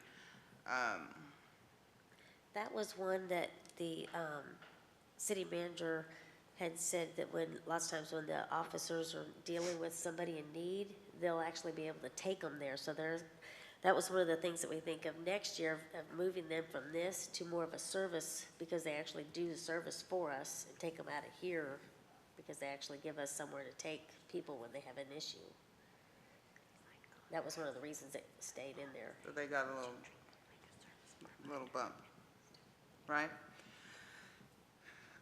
Those are my thoughts. I think that the three that I had the concerns with, Feed the Need. They didn't. They ask didn't for it. request anything. Okay, they didn't request anything. So They did not meet the deadline. they to didn't meet the apply. deadline. Okay. Bastrop Prayer and Healing. Have they been giving any funding prior to 2021, 2020? No, ma'am. No, that was their first ask, right? Okay, so I would then want to reconsider the long-term recovery team and Austin Habitat for Humanity. So do you have a general grand total? I mean, do you want to raise them $12,000, or do you No, want to, I would. instead of 120, are you thinking 125 and giving each one of them $2,500 more? We kind of came up with a budget of the grand total budget of how much we wanted to spend, because every single one of these organizations are fabulous and they do a very important job, but we also need to make sure that it's not just our taxpayers keeping all this open. The one thing he brought up about Georgetown was fascinating, how the way they come up with this grand total is it's $5 for every citizen in their city, and that's where they come up with the total money they're willing to donate out. So every citizen's donating $5 to all that, is kind of the way it works. Yeah, so that's $377,000. Oh, yeah, but that's a really big thing, we couldn't do Yeah. $5, but I'm saying that's a neat way of thinking of it. That's why Right. he was suggesting that the That subcommittee whatever, stays but that together and there's comes some up. methodology to it. Right, So we right. just- And it's a methodology that will allow it to grow over time based upon the Exactly. growth of the city, instead of because more people ask for more money. Like, you don't want to create a system that rewards people for asking for more. Yes, and we've had problems with that before, if somebody's really asking for what they want, and somebody else is like, well, they're gonna cut me, so I'm gonna ask for twice as much. Well, Right. you shouldn't get more because you asked for the bigger number, right? It should be, no, so I'm cool. So to your point, that's a really good way of, maybe it's $10 a person or $12 a person, and when we get to 20,000 people, it's $8 a person. There's a point that you can, those are two variables that you can control and make sense out of. Plus, you can tell a taxpayer, you're only donating so much ahead. Yeah. We can answer that for taxpayer dollars, that each Instead one of, of you're your. giving all my money away. Right. Okay, No, let's be I'm only clear. only giving 2 of your dollars away, or something, you know what I'm saying? So that's why we kind of wanted to come up with a better system after this year, to make it a little easier. On the Austin Habitat, do we know how many projects they've done in the city? So, and one of the things they have to do is come to the quarterly support meetings. So that's part of why I'm knowing some of this stuff, because I do those meetings with them. On Austin Habitat, there are things they have to do to qualify for them to be able to spend any of their dollars. And we put the requirement that they have to be inside the city limits. So it's very much, it depends on who asks and what their thing is. If somebody needs a new roof to be able to stay in their house, all of the money may go on one project. If somebody needs a grab bar and a shower, and then they find out that, well, that's great, there's a grab bar in the shower, but really now you need a wider door or something like that. So what we know is that it is always money that's spent on people to keep them in their homes, and that it's spent inside the city limits. The information they provided for the last 12 months was that they assisted 2 residents of one home in the last 12 months. And so that's what I'm saying, sometimes what they need is, That one too. 12,000 doesn't go very far if you're needing a new roof, you know? And my concern is, well, and it doesn't hurt, anything's a help to it, but I'm just saying, there's probably very few projects that you can do for $2,000, so it's probably. No, I agreed, and, I went and reviewed, the funding for every single one of these organizations that they report publicly and the grants that they get, and there's a whole bunch of $2,000 donations in there that adds up to millions and millions and millions Yeah. across every one of these. Right, And so that was why it was, like, we're in there Yeah, with yeah. everybody else. right. I understand the logic. So Councilmember Lee would like to see the number above 120. Councilmember Plunkett, are you comfortable with 120, or would you like it to be higher? I'm okay with 120. I'm assuming Mayor Pro Tem Rogers, you like 120, or y'all would have still been arm wrestling. Councilmember Crouch, 120 or higher? Good with 120. Okay. Could I ask a question on top of that? If they're good with 120, are you okay with how that 120 gets spread out? Yeah, that Is was there gonna be anything? the Oh, next sorry, question. I didn't mean Yeah. to jump on No, your no, toes no, then. no. If you wanted something else, if you wanted to give one, which one would you like to take it away from? That's where the hard committee comes from. So the consensus is we're opposed to increasing, because I would like to see Austin Habitat and long-term recovery increase by 2,000. So what we're saying is the head nod consensus is stay at 120. And so what Mayor Pro Tem Rogers is saying is, okay, if you want those two to be higher, what do you want to be lower?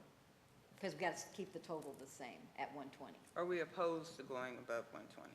That's what They four said they're council happy members- at 120, but is anyone opposed to going above 120?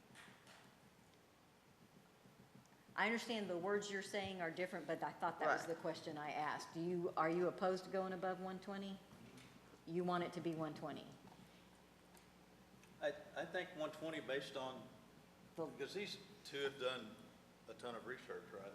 He did So I think that if we have a budget of 120 and we be able to hand that out every year consistently, then based on whoever comes in. Okay, we but let's still be have a clear, certain- part of their recommendation is that it's not gonna stay 120. They're wanting to have a methodology, which may make that number go up, well, Or probably down. not up, Yeah. likely down. And we can discuss those metrics and what that, Yeah. plan would look like as a. So as a council Councilmember with Lee, the I think policy. we're at, there's opposition to go above 120. So that means the only way that those two get more is if somebody else gets less. Is there anything you would like to propose? What I would want to propose would not be accepted, so no. Okay, so it's not final. This is a workshop. This is why we're workshopping. She doesn't like running the numbers every 2 minutes, so we may have a little extra, but right now, I'm hearing council say 120 plus the 32,550 is what would be in the community support funding. And I know you're not happy with that number. I'm not trying to make you agree yes, but that's kind of where we are. And to be clear, this is a balanced budget that's proposed, so there's no increase, I guess, is my point. Yeah, I got you. Bringing that up. Okay, in my heart, I think that means we have finished 2C. One question. Yep. If you don't mind, can you send those applications to the rest of the staff so that Cheryl can maybe see what we She saw? said staff, she meant I meant- council. Yeah. I us. already have a note. We get paid $65. But that way maybe Cheryl can see what we saw and be a little fair. Yes, ma'am, I already have a note to do. Okay, excellent. All right, And it's also in, I want to say like the July 12th packet, because I just pulled that up on here to remind myself of what the Habitat Humanity reported in the last 12 months, right? so it may be already be in the packet. Yeah, it's Okay. it's in that packet. Okay, cool. Yeah, July 12th, that's correct. All right, council, well, staff, because now we don't have any audience, it's just us. Trey, what do you want to do next, Mr. City Manager? So I thought we'd recap. Again, we'll just go through this Okay, go back to slideshow. page 1, to the Yes, ma'am, we'll go slideshow. back through the slideshow here, and we'll talk about the questions that were sent back that you want to cover tonight. And then we can also go through anything you want on that memo everybody has in front of them. I'm happy to do that. One, we thought we'd start with the management projects. Again, the question was about the downtown master plan, that they wanted that to be a discussion item. We think some of the benefits of that is actually, What is that bumping noise? it's this microphone, sorry. Oh, okay. Every time I move, it moves I'll try to be extra still. Again, with the good master plan and the Main Street program, the reason you've seen this in your budget is actually there's quite a bit going on downtown. A lot of times people think of that downtown area as just a couple of blocks, all right? It's actually a 62-block area. If you'll recall, we've actually got a corridor study going on for Chestnut Street or Loop 150. There's talk of the hotel right across the street. There are, issues with the Old Iron Bridge we're all aware of. We're having discussions about the Emil Multicultural Center. And all of that in that downtown master plan is something that can be incorporated just to make sure the look and the feel and things are continuous and the same. It really helps with the planning efficiency and helps us develop an overall vision to what's going to go on. I know this one to be a discussion, a topic. Happy to take any questions as we go. But you can see some of the benefits here on the screen. And with I that, have a we'll take any question. questions. Might be a dumb question. So would we get a consult to help us? And is that what the 150,000 is for, to pay for the consultant? Yes, ma'am. Okay, I wanted to be clear on that. My other question is, I am one of those people that always thinks of downtown as Main Street. So where does these 66 blocks run? From where to where? So the Main Street District is set by City Council ordinance currently. It starts, if you think at 95 in Chestnut by Phil Malley, and it goes down Chestnut. It goes over, I believe, 1 block on each side and contains all of that as well. So it goes all the way down Chestnut, across the bridge, and then touches back 71 near Coffee Dock. And then if you come back, it incorporates Main Street, and then it goes over to incorporate Water Street and the alleys from Ferry Park down to Farm Street. So that's currently the district. It's a little crazy shaped, so it has some other little side streets. In the comprehensive plan, one of the items mentioned is for us to look at the Main Street district to see if the map should be changed a little bit as things have developed out. We have things that developed that kind of fit in the Main Street program but aren't in the district, and then we have parts of the district that became very more industrial, such as the items that run along the feeder. So that should probably be looked at. It would be looked at during the time of a master plan, but what a master plan would help do is better connect all of that. So that way people, when they come into this area, they would feel it would be obvious that it was all part of a solidified downtown, instead of feeling like it was Main Street and then the rest of it. It would better connect the side streets and the businesses along Chestnut. That master plan would give us the next 10 years of infrastructure, parking improvements, also how to make to create that connectivity. So that would really kind of be the goal of the plan, to But help that's not connect what you all get of for it. 150,000. Right. For 150,000, you get a plan. You get the plan. You get the Right. 10-year plan. So my problem with that is that I don't think if we had the plan today, we don't have any money to implement any of the plan. And so what I'm afraid of is that we saw a plan to fix the Iron Bridge 20 years ago, and then we had to redo the plan, then we had to redo the plan. We've paid 4 times for a plan to fix the Iron Bridge, and we still don't have any money. So I'm afraid of paying for this plan if we don't have any money to implement any of the ideas. Even, not that it's not a great plan, I just don't think we have any funds to start anything, so maybe we should hold off until we have funds to do something with the plan. Sure. So And- part of, and- just let me, real quick, and then you can have a turn. So much like the Parks and Recreation Master Plan, the plan will actually give you recommendations for funding. So whether that's what fund that should come from in the future or grant funding. We also have, if you look at a lot of the big infrastructure and capital projects that will be coming, those are already being spoken about, the funds being spent for things like a meal or the hotel, the platinum planning process.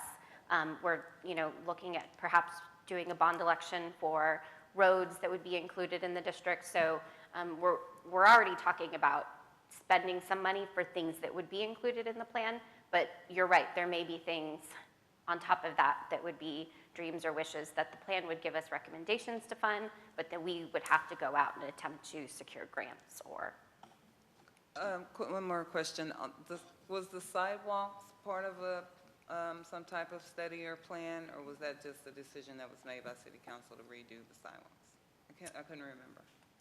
The Main Street Rehabilitation Project That's what it was a project that the city talked about for Spans the several years. time. It'd been discussed for decades. Okay. Before the city was founded. So my concern comes from a little bit different area, and that is all consultants need somebody to manage them. I think if you just hand somebody, and I know that there's going to be a competitive project or whatever, but as soon as you're doing a consultant study, that's staff time. And I feel like with the Campo corridor study, quite frankly, the hotel is a consultant that's going to take some time. The Parks Master Plan is already in the works. I have a hard time when The we're quiet zone is also another study we're paying for. Quiet zone is included in the budget.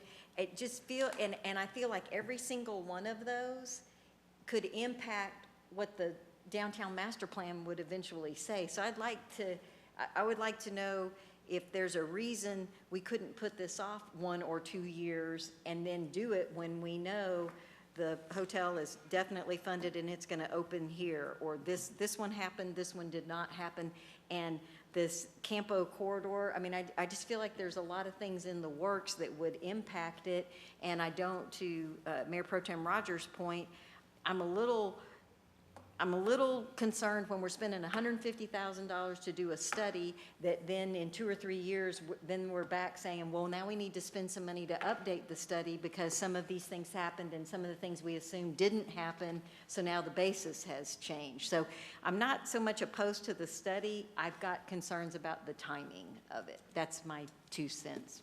Councilmember Kirkland, you look like you're wanting to jump in. Yeah, I have a,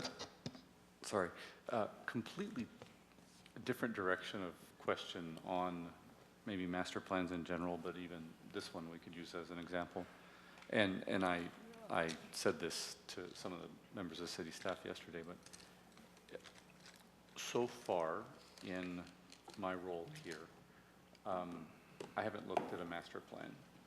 And it's not clear to me how they will be used or what we would be missing if we didn't have one, for instance. And there's a number of master plans in the budget for creation of them, and so I just wondered if, the cumulative money of all of those things, planning is a good thing. I mean, not trying to say planning is a bad thing, but I mean, could we do some of this in-house instead of do it with consultants? And maybe we can't, but the total adds up to a large, very large amount of money.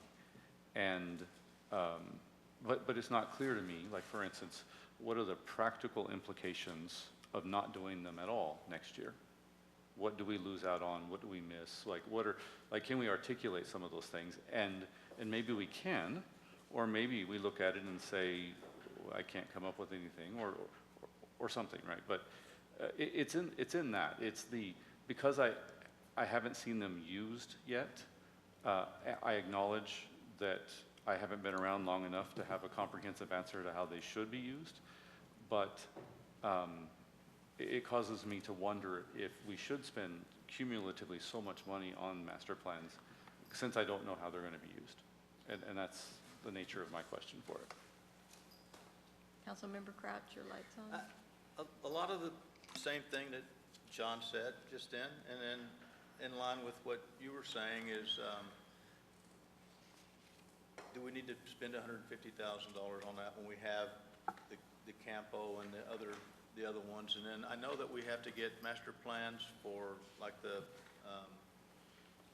parks, so we use that master plan so that we can get funding for things. And then I don't know that, are we getting any funding for the $150,000 master plan?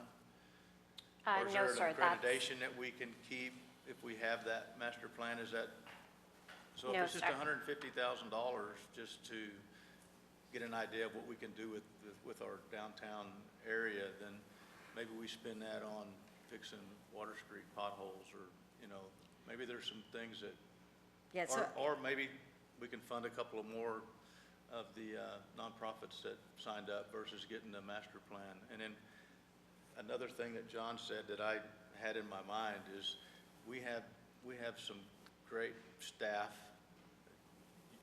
and you're part of that staff, right? And so you have all this knowledge of all the things that we're doing, and the Main Street Board also has a ton of things, because I'm lucky enough to be on the liaison for that. So I hear all the things that the Main Street Board is doing, and then can we reach out to them and maybe develop a mini master plan, segmented or something, so that we can not have to spend a consultant. I hate to spend money on consultants too.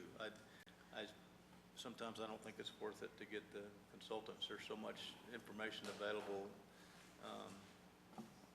other sources. So that's my thing. I kind of tagging along with so John I think and the mayor. the consensus from council is, can anyone say, what do we miss out if we don't do it this year?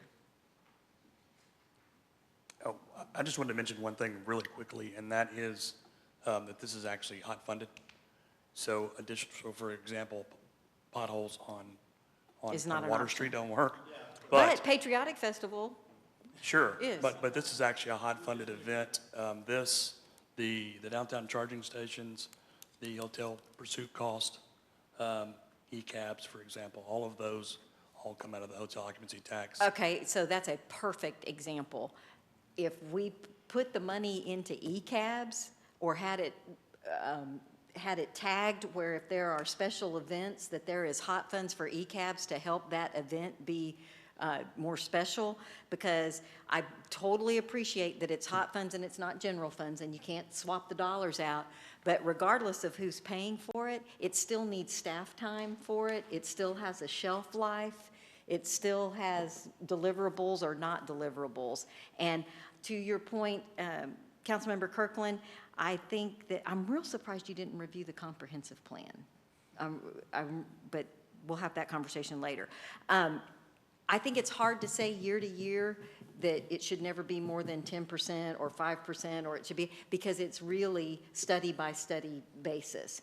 But of the ones that we've talked about, like the hotel, we know exactly what we're getting and why we're working on that one, and the quiet zones go with the hotel.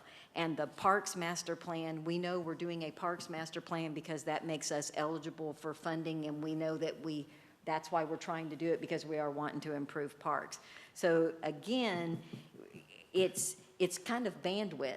Yeah. And for me particularly, the reason I think the timing is off on this is because there's so many things going on in the very area that we're talking about studying. I think instead of assigning somebody the mini master plan, I kind of think that's what the Main Street Board's doing. They'll come up with ideas, they'll ask council for funding of things, and some of the stuff they're coming up with would be qualify for hot funds. One of the reasons that you go to consultants is because you're trying to get best practices, and they have a value, and very often, sometimes that value is knowing how to get the funds written, and if you write your master plan this way, then so-and-so will, they'll help identify funding sources. So is there anybody that really wants to see the downtown master plan included in this budget?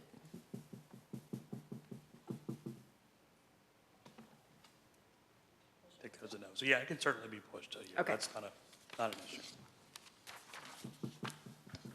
Level 2 charging stations, I will fight anyone who wants to take these I out. don't want to see those on the budget, no. My only question was, I get emails that say no cost to the city. What are we spending the money on? So if we could go, yeah, next slide, please. So the 25,000, no, perfect, includes the cost of infrastructure, installation, network, and maintenance. So there are multiple ways. I thought we put in the sleeves when we poured the sidewalk, so we didn't have the cost. So 10,000 is a transformer upgrade. Okay, good. Microphone. Mike's not on. 10,000 is transfer. 10,000 is a transformer upgrade to handle the charging station. Charging station itself, there we go. That's about 7,800 of the cost. Some, again, is the maintenance plan, the annual, some of the installation work. But yes, there's no additional infrastructure. Those people install this. They provide a network cost, right? It records the data, that type of thing. That data can then be given to Visit Bastrop to use. This particular charger, while we're recommending purchasing one, because you can control the rates. I like You that. can't It's do not that. we're giving you access to charge the people whatever you want to charge. Correct. Now, this allows us to put something that's a little slower charge. We have Visit Bastrop for that reason. We're going to invite people downtown. We're going to have a place to park your car. It's going to take 2 or 3 hours to charge.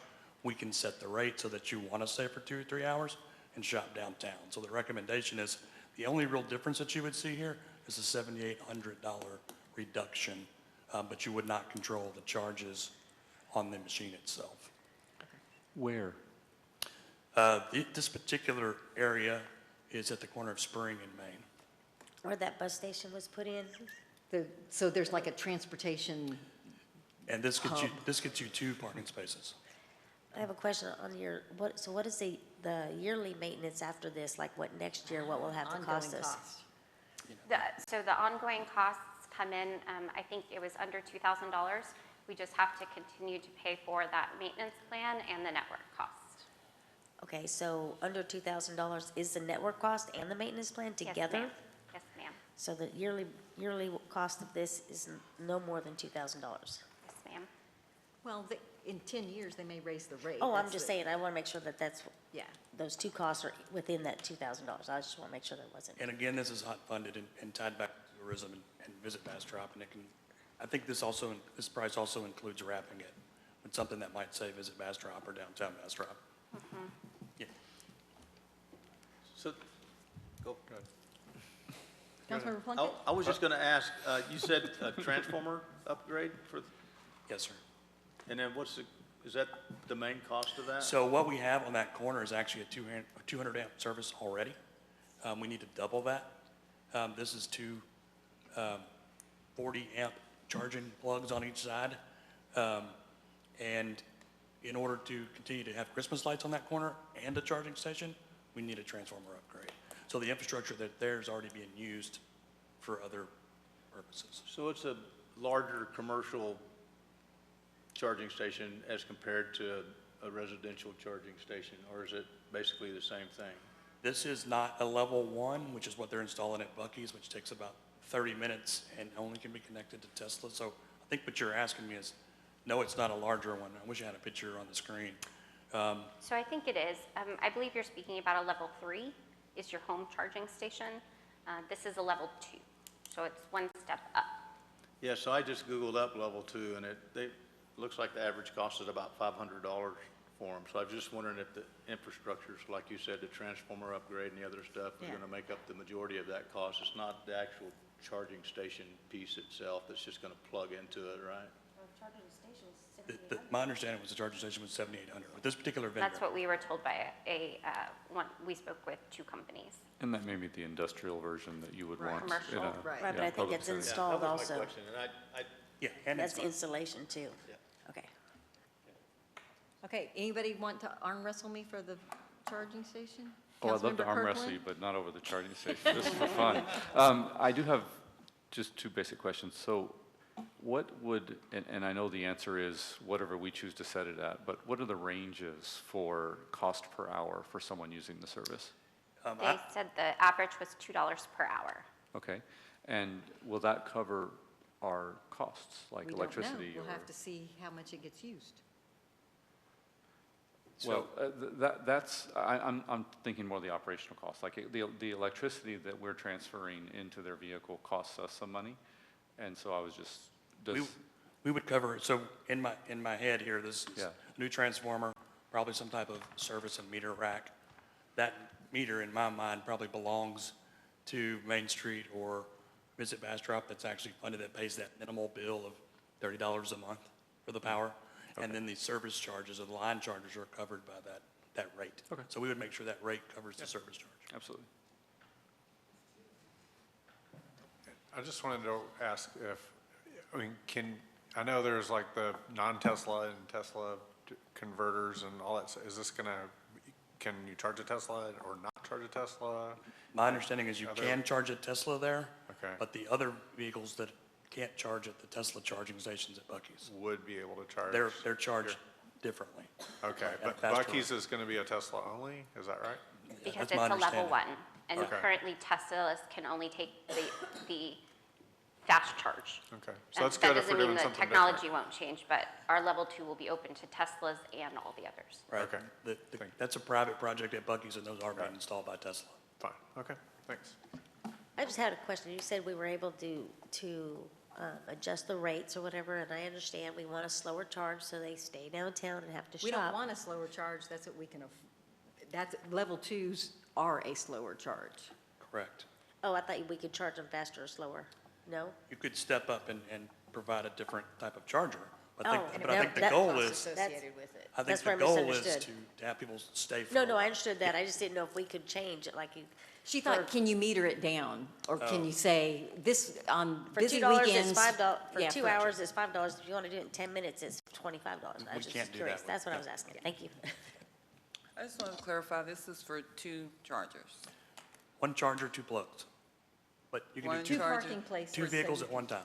So is this kind of just the startup kind of thing? Because I definitely think we need more than 2. Yeah, this is the, let's see if it gets used, let's see how it is, and then we can have additional conversations. And this about it. machine, and part of what we talked about, this will actually record that data and say, hey, there was a different vehicle 3 times today. They both stayed for 2 hours. So you'll be able to incorporate that data into Visit Bastrop and see if it's really working, if people are coming here with their vehicles as a destination. And we can always add these in the other parking lots if it's successful.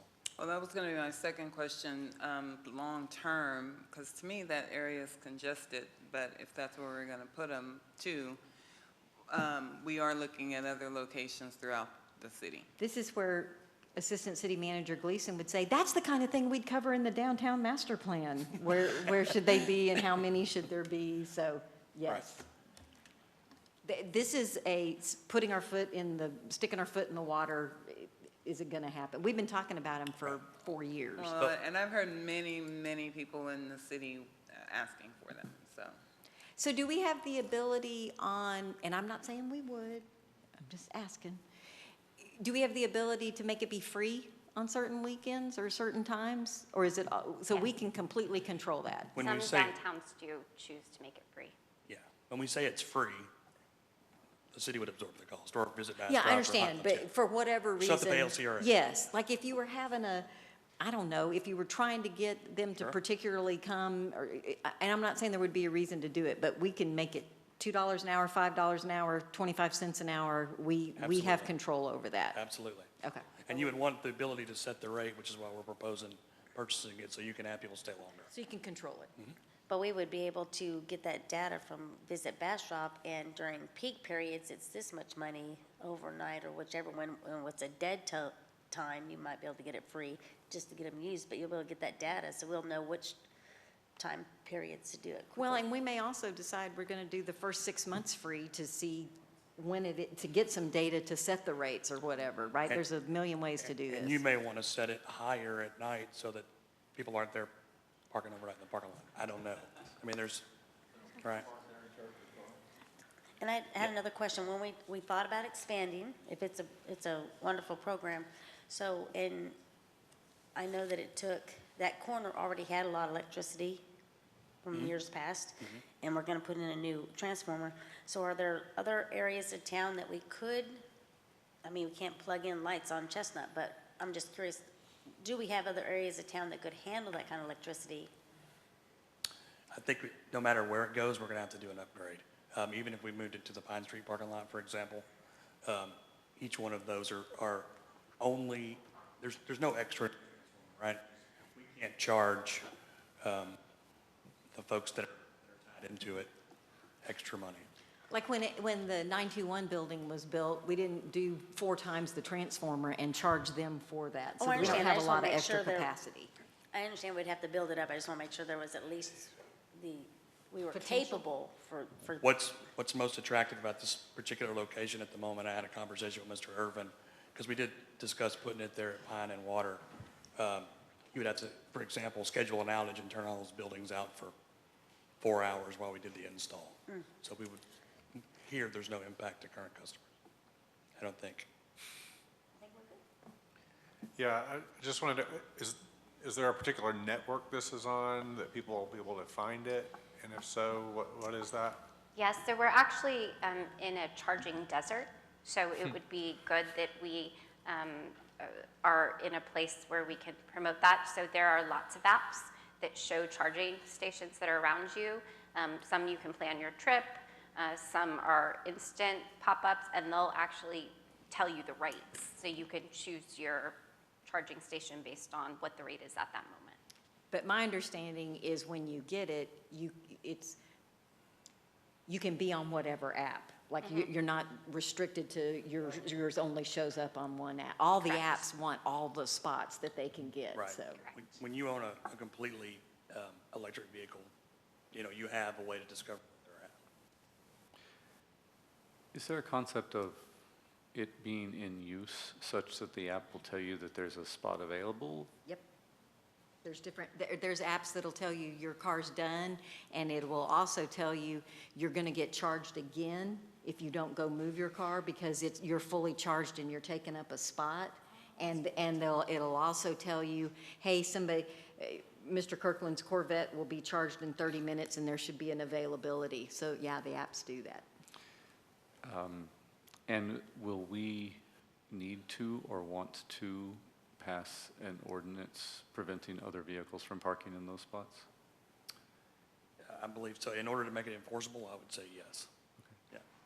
That'll be a part of operations. They'll handle that one. Yeah, we would bring back a change. designating those restricted parking for electric vehicles only. Got it. And a Corvette only spot, right? Yeah. Oh, sorry. That's on the next slide. Okay, any more on electric chargers? All right, next. There was some discussion about the Main Street manager, and I know this wanted to be a topic to discuss. And in fiscal year '21, the community impact manager that was general funded and HOD funded was created. And part of their, and Rebecca can help me here when I start to stumble, but part of their responsibilities were not only Main Street, but also civic programming. So movies in the park, things of that nature. And a lot of that now is being handled through our recreation manager, which was not planned originally. And the changing from community impact manager to Main Street manager, I think the microphone's going away again. Colin, we need more Allows batteries. us to, again, spend a more focus on Main Street. So it's still currently being handled by the Community Impact Manager, but next year we're adding more resources to recreation. So civic programming is typically handled through recreation in most cities. When you have movies in the park or parades, and you go to most cities, you'll see that handled through recreation.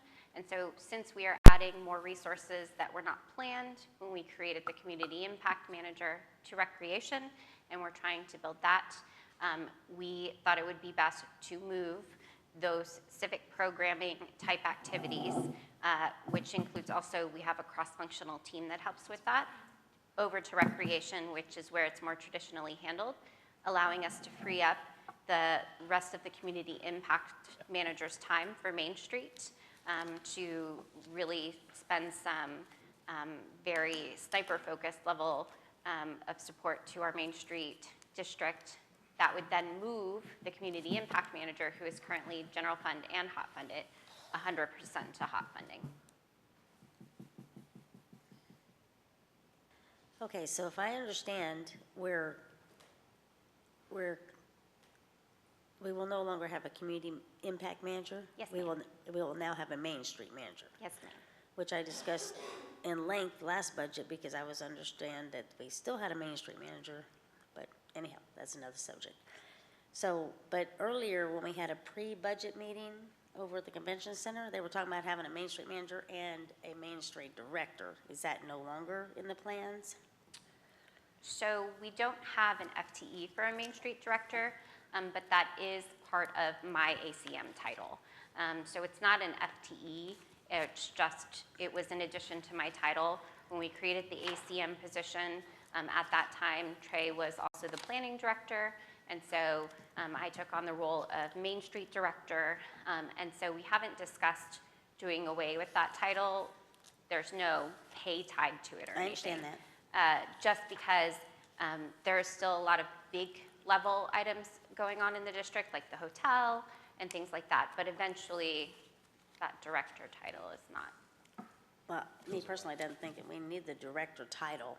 I mean, we still have the ACM, and they can handle those items. It's just most cities have a Main Street manager. I've never seen, and I researched several of the cities in Main Street, they have a Main Street manager, but they don't have a Main Street manager and a Main Street director. You know, the Main Street manager will still answer to the ACM, but I don't think we need both those titles. And why have a title if it's, ACM pretty much covers it, so, but that's just my curiosity. Yeah, I'm not sure it makes a difference. No, it doesn't. It's fine. So again, this is just a reclass, if you will, and funding a larger portion of it out of hot fund. So, because that's, Main Street is fully funded from the hot fund. Is it larger or all? It's all. Okay. So it went from general fund and hot funds Main to Street all hot manager funds. will be a single FTE that will be 100% funded by hot funds. Correct. Okay. And the CIM was half and half, or something like that. Say that again, I'm sorry? The community impact manager previously was half Yeah, and see, half. CIM, we're all like, what? Sorry, community impact manager. So That title and FTE goes away. Correct. And so that Main Street manager will now run the Main Street program, Main Street meetings? Boots on the ground. Okay. Day to day, walking into the stores, meeting the folks. That's their focus. All right, thank you. Anyone else? Anyone else? Next. There was some question about sellable merchandise and pocket programming. I'm going to let ACM Gleason give you an explanation for Sure. this here. We had a question about the sellable downtown Bastrop merchandise. That was Well, the question was, why'd the advertising go up? That was the question. correct. And this was why the creation of some merchandise that we can share with our downtown merchants. And the idea is that the revenue from that sell will help cover the cost of it. And then the pocket programming is small-scale programming that you see around the district to help push the way people travel through the district. So for instance, they have commercial park equipment that you can purchase that are musical instruments. So you can place them next to a bench on the way from a parking lot to a store to push traffic to certain side streets, or you create little activations to help control traffic. So the question was, is that something that would have been covered by the downtown master plan? The answer is yes. But again, it's just the idea of greater placemaking for the downtown district. Okay, so it's been brought to my attention that you got that sellable merchandise from my request, and I don't believe that was by my request. I was telling you when you brought out some mugs at Christmas that that would be a great idea for everybody to have mugs. And so my question being is, have you spoken to the downtown merchants, or how many have you spoken to, and how many are willing to actually sell this stuff? So we haven't gone to them to ask if they are willing to sell it. What we have had is we've had requests to do downtown shirts and things like that, and then sell it at events.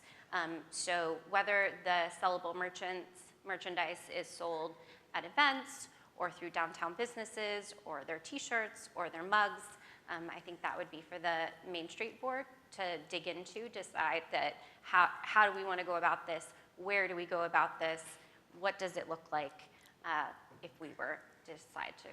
Well, I would think that to sell anything, you would do a little bit more research on your market, on where you're gonna sell it. You know, you don't start up a business until you have a building, you know, so you need to, I just think there needs to be a little bit more research instead of just, we're gonna spend $5,000, but we don't know what we're gonna sell, or where we're gonna sell it, or who's gonna sell it.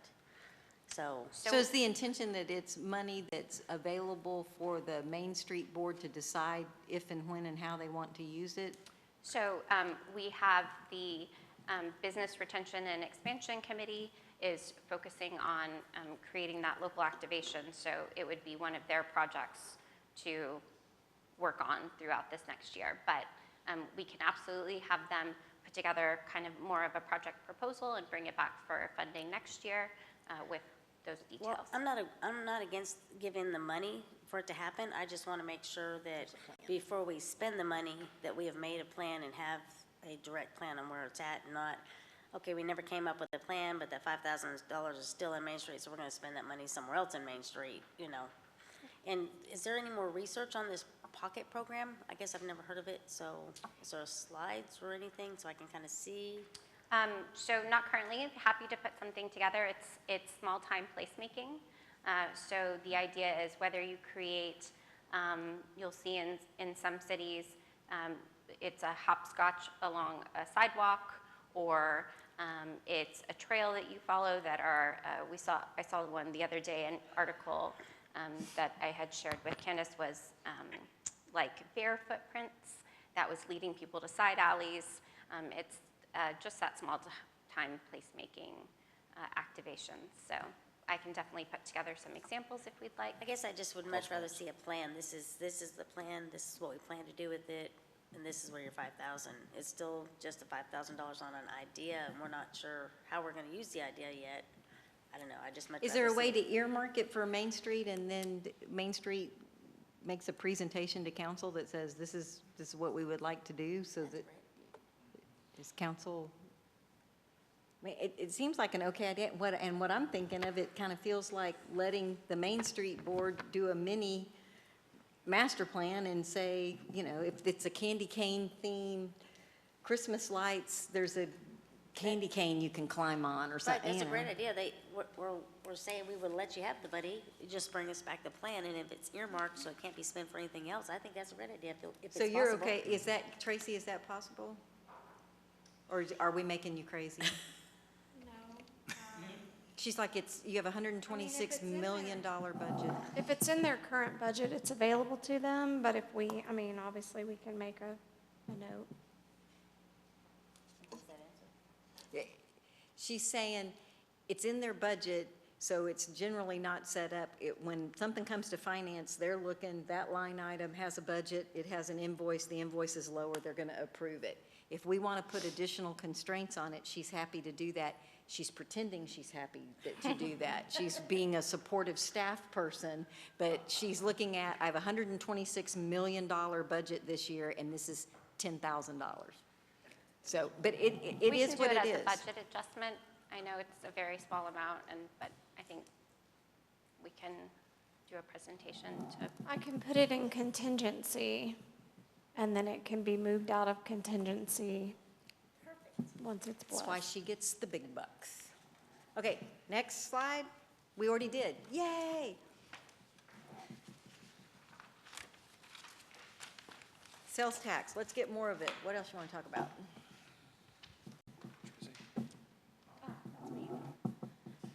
Okay, so we did receive a question. I've had this question before. Legislation has changed about online sales tax.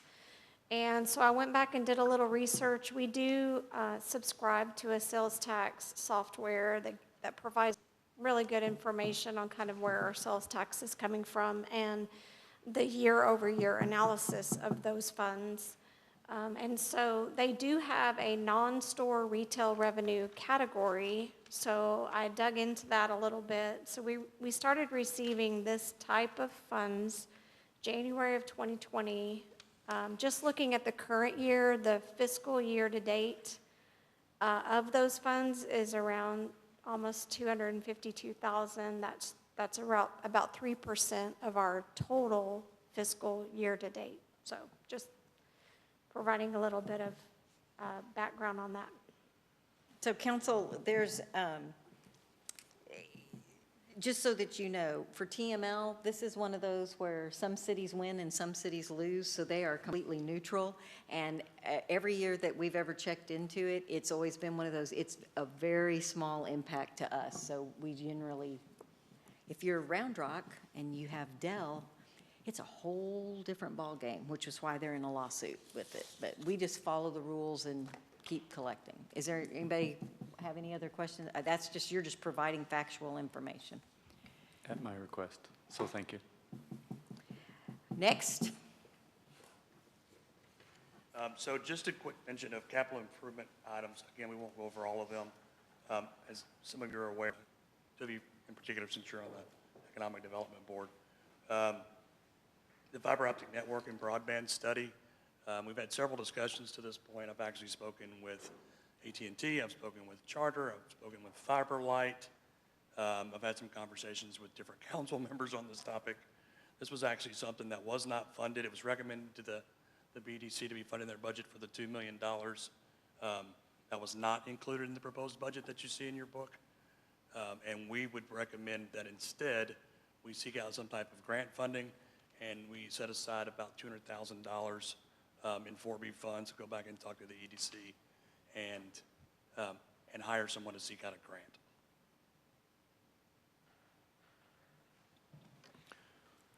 And how would that look compared to, like, putting out an RFP to the incumbent providers and to have them do the same thing? Would that save us the 200K, or does that? I think that we could certainly do that. Again, I would want to talk to that consultant. I am sure that we have to apply for the grant funding as a jurisdiction. That's not something that they can do, but the opportunity for us is to partner with those folks and establish an RFP, and then they at a later date are a partner with us. We may spend all of that money on their particular network if we like, and they give us a percentage or share, something of that nature. I don't think we're that far. I think the first thing is the funding available? I think we've proven that there's a need in the feasibility study, and then the question is, do we hire somebody that does this for a living and seek out funding? And if we get funded, then we do an RFP for those multiple providers and pick the one that we want to partner with. Okay.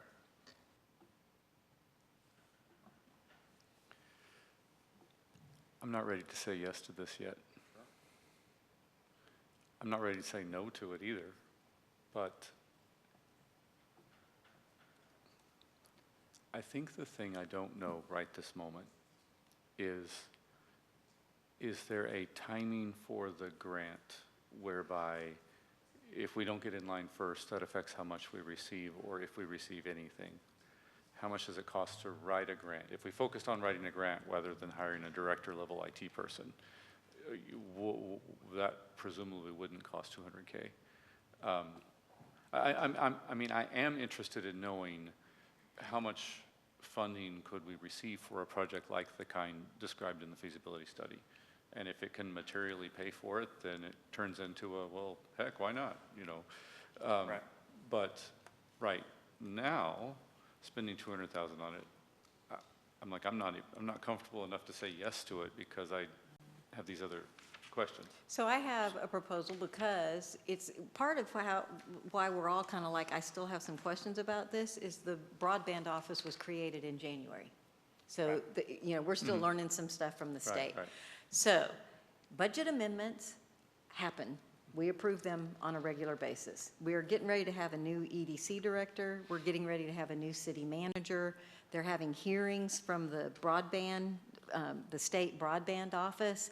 I would propose that we put this on the, let's talk about this again in 3 months when we have a whole lot more information, so that we're not saying yes and we're not saying no, and like, let's get some more information so we can firmly say yes or no and then see where we are. Is that, anybody opposed to, does that make staff sad? Well, I think, again, I'd have a recommendation of possibly putting this $200,000 aside, and then we could develop and bring back a contract in October with that engineering and grant consultant and have a better amount, and we can also put it into phases. So maybe the first phase for the grant application is $35,000 of the overall 200.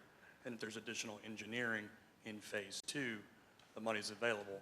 But we can certainly, this number I actually just pulled because that was the percentage in our original feasibility study, was $200,000 in engineering. I do believe it's going to be slightly less. I don't recall what we spent on the Can't you get a grant. proposal for the grant without spending any money? Certainly can. So whether it's tagged or it's a budget amendment later, it's kind of potato, isn't it? Agreed. The issue here is it's not funded, so we'll need to make that amendment, whatever it is, at a later date, either in the EDC's budget or here. Or both, right? Or Because both. if That's right. EDC makes a change, then and so you're saying if we tag it, then we can save, we don't have to go through 2 months of meetings to. Correct. Now, it doesn't, six of one, half a dozen another for us. I can certainly go back and seek out a number. Perhaps this stays the same until we have another discussion. Tracy may want to choke me if we have to move the numbers one more time, but I don't. Again, we can come back mid-year with a budget proposal if you like. I'm looking at, budget amendment or tag it, earmark it now? I think one of the big questions here is if this is a viable project, we should invest some money in doing it. If we're interested in an investment in the community that we think broadband's going to be, we're going to have to spend a little bit of money up front. I don't think Right. anybody's opposed to that. I think I don't hear a resounding, we've absolutely for sure want to do it. Correct, right. I'm not opposed to tagging it, quite honestly, because it's something we. Tag, okay, got tag or amend is the question. Tag, Councilmember Plunkett? Yeah, I don't matter, it doesn't matter to me as long as we're waiting to spend the money until we know more. Tag, amendment? Amendment. Gosh dang it, does that make y'all be 3-2? And you were a tag. I don't care. So, Oh, sure. so now- right now, it currently isn't Does in the that mean budget. abstain? It's not currently in the So budget. it's not in there. So if we leave it the way it is. It's less then we work for would- Tracy. This is true, but. And more work later We would is Trey's just fault. bring the amendment back later when we have more information, but I don't, otherwise. this is we're- not a mountain I'm willing to die on. I think everybody's going to be doing some more study, and let's get the proposal back. Because the fact of the matter is, if for whatever reason, at the end of the day, council can make an amendment to the budget and send it to the EDC board. They are a part of our budget. It can be done. It doesn't have, if there's a reason that there's like a timing, to Councilmember Kirkland's point, if we find out on October 15th that you got to have something in by November 1st or you miss out, then we'll be doing things quick. But right now, there's not enough information to know. And if it's not in there, then we'll do an amendment later if we need to. So and I think this is key, a budget amendment is two readings, right? So, again, that's the only reason we bring it up. It just gives us It's a just quicker, it's months. fast, that's right, it's just months. So, again, I think we're okay, leave it the way it is. I think that's what I've heard, and we will And then we end bring up it in a back. rush, then we can't be saying to you, how come you didn't already do that? Because Oh. we're telling you, we are making it be slower later. But that's okay. So you certainly have that authority. So what we'll do is, I've already requested from some particular engineers to receive a proposal. I don't have that in hand. That's why I don't have a number other than the 200,000. But I'm certainly happy to bring that back in October if I have it. Yeah. And then we make a budget amendment starting That's October. fine. We still have another month the 4th. before we're going to approve it. So if we had a bunch more information in a couple weeks, you know. Right. Okay, next. And community event funding, we've already done. Community support funding, we've already done. Okay, certificates of obligation. So just a quick review that this budget does include the assumption that we would sell 13 million as a certificate of obligation in 2023. The rough breakout of that would be, of course, this was before we knew about the grant, Old Iron Bridge grant, but the match on that, Riverbank stabilization, the 3 million grant match on that, Gills Branch drainage grant match on that, and 4 million in street rehabilitation projects. And the way that the CO will be issued, for instance, if we get a hazardous mitigation grant for Gills Branch and the match is higher and we don't have the Old Iron Bridge, then that money would be available, and vice versa, because we'll be going after another raise or whatever, because Garner was saying they were already looking for others. So That's correct. as long as it's included in the title, things can be used for that. And- We keep it flexible. Yeah, try to So- have some flexibility. And a good note or a good point here is, while you see a large amount in the capital improvement budget, it's not necessarily always allocated, right, or ready to spend. That's something I talked about with other council members. For example, the Old Iron Bridge, which you know we didn't receive this particular moment, but there is an opportunity to take that 13 million and put it on other projects. If we decide there's more streets that need to be done, that CO, the language will be written actually very flexible. So it could be any street drainage or a project similar.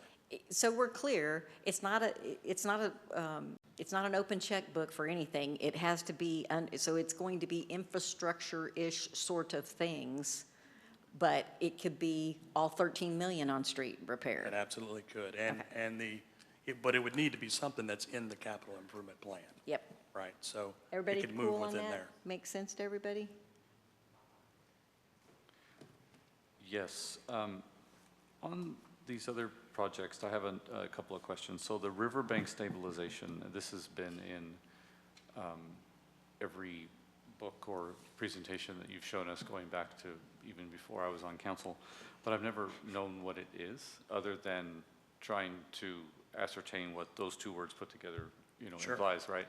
So- And then there's been 3 sentences or so in each book, but, and then I had, the mayor made one comment on it, I think in April, which was along the lines of, compared to these other projects, maybe that one, if we run out of resources in some way, would be lower in priority. Not to say that that's how she feels now, but that just is kind of the total of my information on it. Sure. So we sought out some hazardous mitigation funding. Right, so this is, and the hazardous mitigation is related to flood damage. In the 2016, 2015 floods, several floods throughout the park, we've lost 20 feet or as much as 25 feet of bank in certain places at Fisherman's Park and along the river walk. What the goal here is just kind of protect those assets.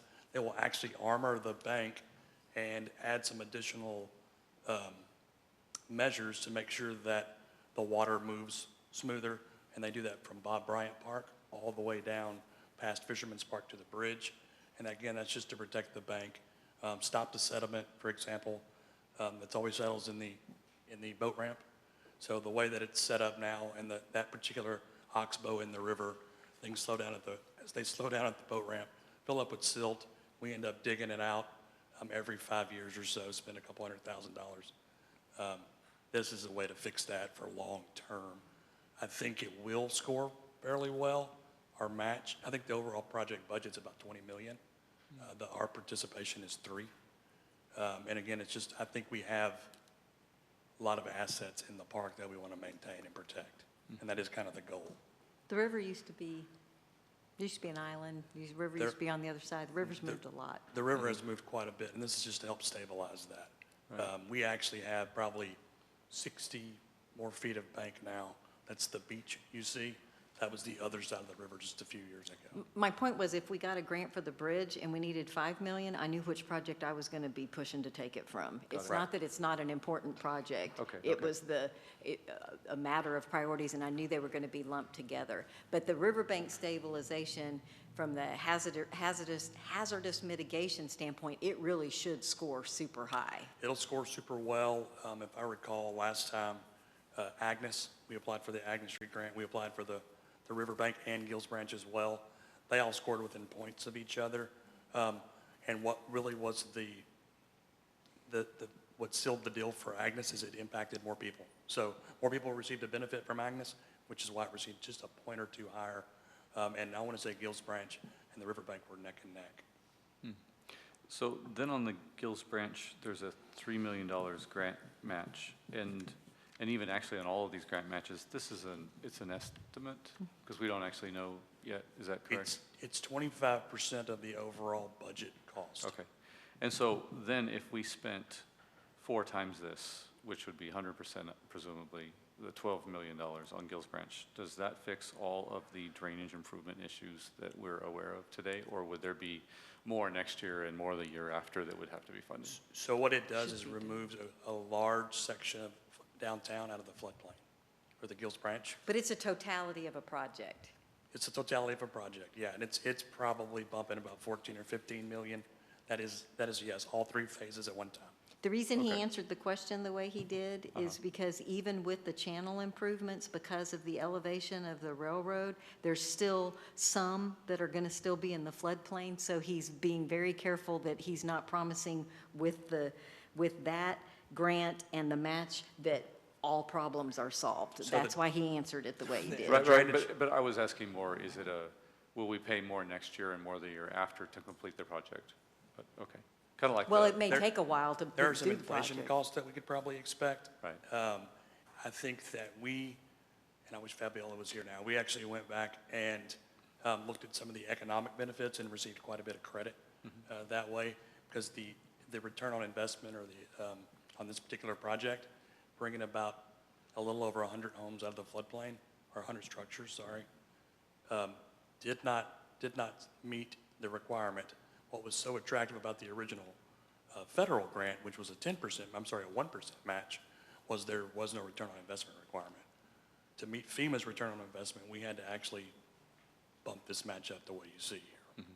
And the nature of my question is, for instance, It's all of Gills Branch. Right, but in the water wells that we talked about at last council meeting, in this phase for $9-ish million, we get 3 inoperable water wells because there are new phases that come after that. That But was this 9 is- million out of 32 million. This is Yeah. the house. This Yeah. isn't just the kitchen. Whole This thing. is the whole house. This is Thank the you. whole thing, yeah. Sorry, that's from State Highway 95 all the way to the railroad tracks at MLK.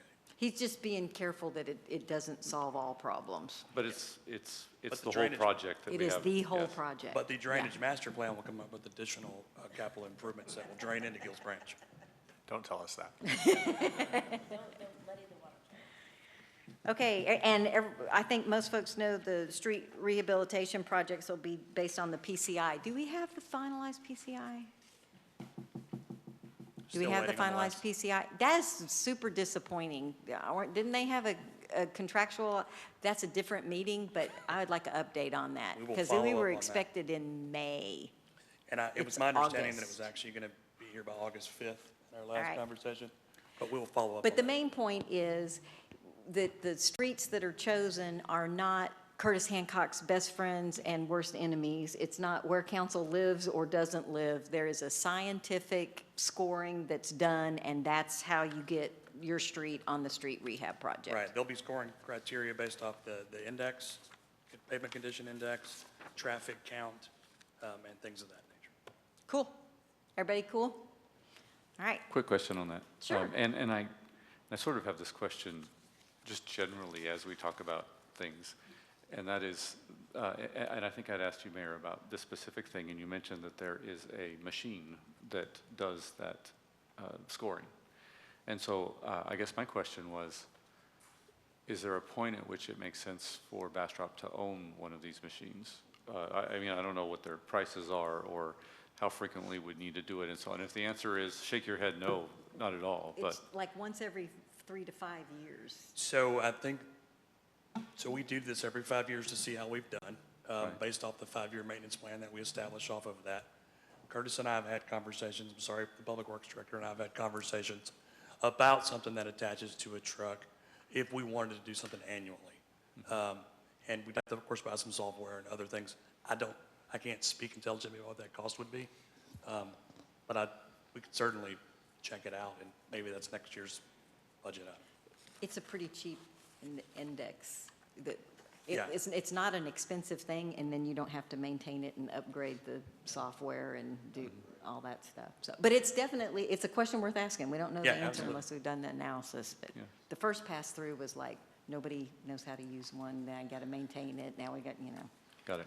Trey, can you remind me, I understand this, but was there a discussion about a plan for streets that were like in the worst shape that wouldn't fit into this I couldn't are. remember what that conversation was. So, what you see at that $4 million for street rehabilitation projects on the last slide, those are based off of, there was actually $3.7 million issued in the last bond issuance. That's going to take care of Wilson Highway.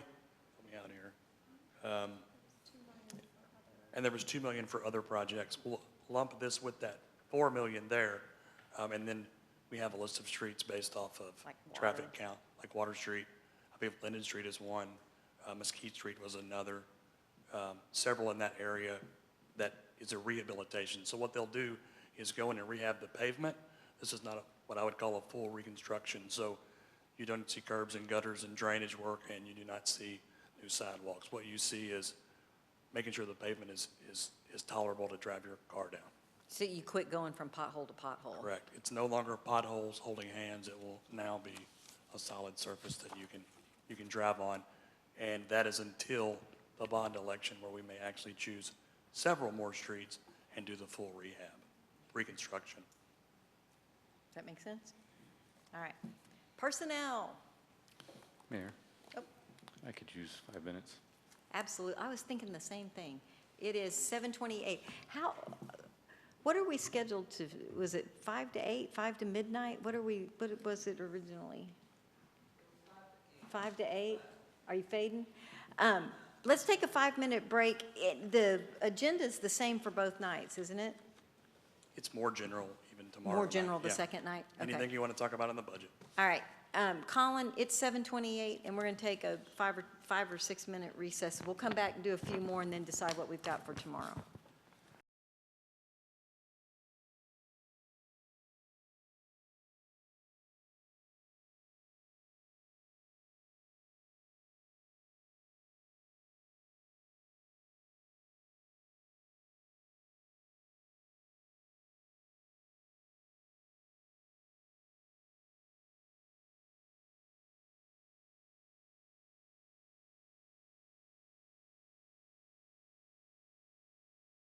Colin, can we be back 7:35? 7:35 and we're back. We're on personnel changes. She's throwing things. So Council, what you see here on the screen is actually 12 additional positions that are currently in the budget. Assistant Finance Director is something we'd like to add that does help with Tracy. Let's do this the easier way. Does anybody have a problem with any of the people that are being proposed on the list? Excellent. Speak now, speak now. Next page. Yeah, anybody got any problems with these people? This is just a change of titles, Yep. correct? No, no problems. All righty. Also, the personnel changes that are not in the general fund. That's what you see here for the Water and Wastewater Department. If there's some questions here, we're happy to answer. Does Public Works Director think this is enough people to run the new plant? Yes, ma'am. Did you squeeze him down? A little. Did you squeeze him to where we're going to regret it, or just the right amount? Just the right amount. I believe we can push them up until next year. Okay. We gonna have to pull shifts? We worked it out. I will talk a little bit about the Bastrop Power and Light. Just in particular, there's going to have to be a slight internal salary study done. There was, at one point, Blue Bonnet increased their rate of pay to match Austin Energy. So we've had a mass exodus of employees to seek a little bit more money. So what we found instantly was we put a stop to that with an increase of about $5 an hour, which I think gets us to market. That was done this year, covered by salary savings. I took care of that right before this meeting, basically, a couple of weeks ago.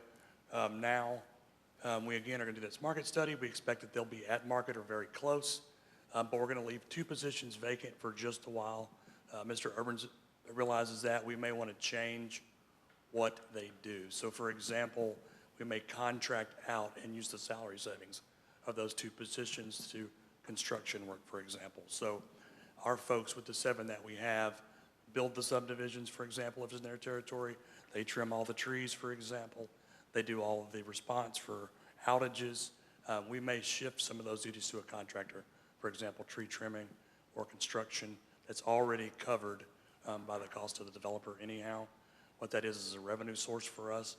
We may be able to contract a lot of that out. And what we're going to do is, while we're completing this study over the next few months, wait and hold off on those positions being hired. But from a policy standpoint, it's just this one new position, and then Correct. the city manager and you and the BPNL director then run that organization. Correct. And what you see here in particular was this data systems director, which was related to the broadband.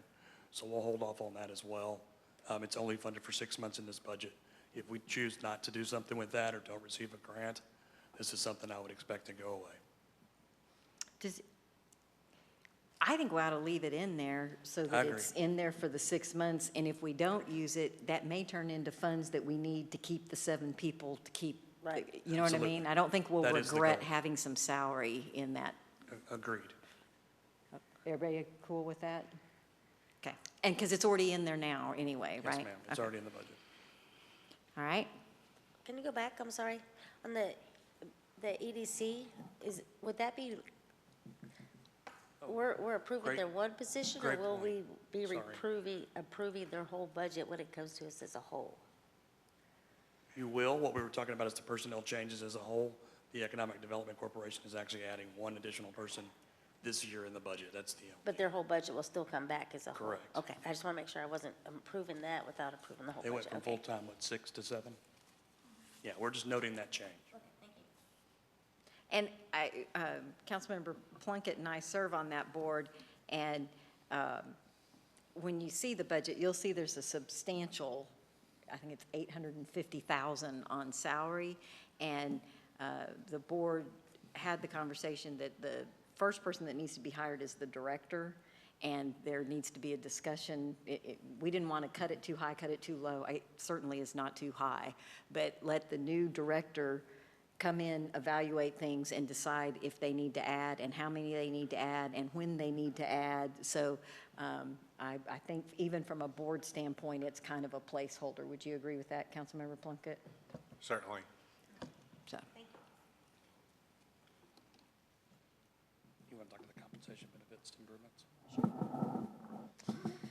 So, as you know, this proposed budget has a lot of personnel and benefit costs built into it because we focused on recruitment, but also retention. So the budget includes an 8% cost of living adjustment. We use a grade and step program here, so all grades 24 and below are getting the full 8%. Grades 25 and above will be seeing their annual 2.5% step increase. We're increasing the amount of coverage we give to the dependents for insurance, for health insurance. So last year we were offering 35%. We've increased that to 50% this year to try to, yet again, retain and recruit. And then we're also pushing the employer retirement contribution by 8%. So we're increasing that percentage that we give over to TMRS by a full 1% on our path to the 7% retirement plan. So all of those things are built into this budget.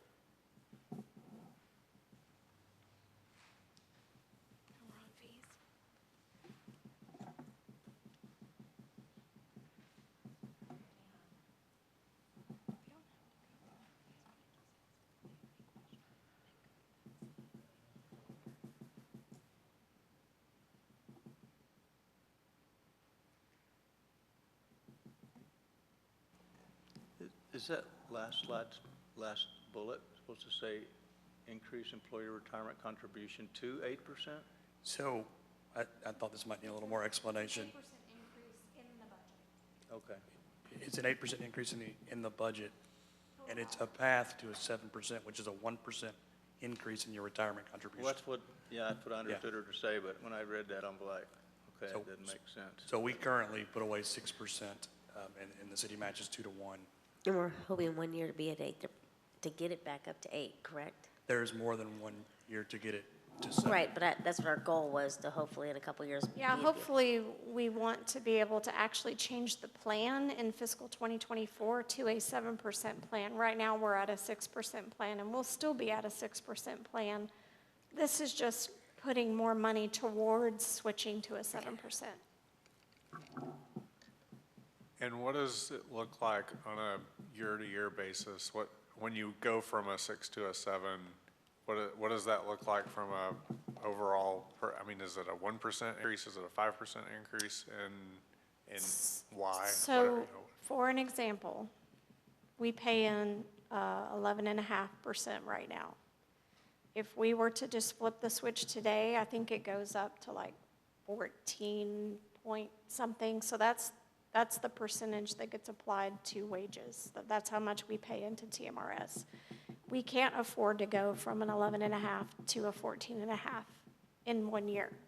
So what we're doing is we're contributing at a higher rate currently, and we also have a lump sum payment built into this budget so that as we put more money over into that plan, when we actually change the plan to a 7%, that gap will be much smaller. And we'll be able to switch the plan. And yes, our increase will go up a little bit, but it'll be manageable. So I know we've done a couple different salary studies. Have we done a salary study for every position in the city, or are there some that have not been done? So the salary study we did last year was everybody. So But a- like the but a city lot has secretary? Everybody. Every ci- position was evaluated, every position was put on our pay schedule, our pay schedule, that's what we call it. But there's a lot that's changed, even with just in the last year and a half, as far as the competitiveness of salaries that we're fighting for. And what I think you saw was a few things came back mid-year, right? There was something specifically for the water and wastewater. That had shifted quite a bit. Bastrop Power and Light's a good example. It's still continuing to happen. The police also received something.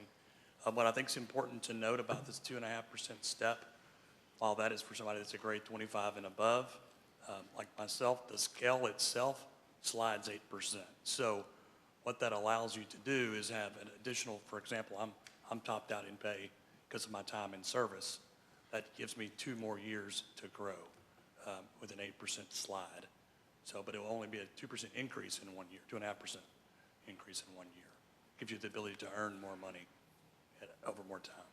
Okay, I didn't know, the reason I brought up the city secretary is like council, you know, we're getting ready to negotiate a contract with the city manager.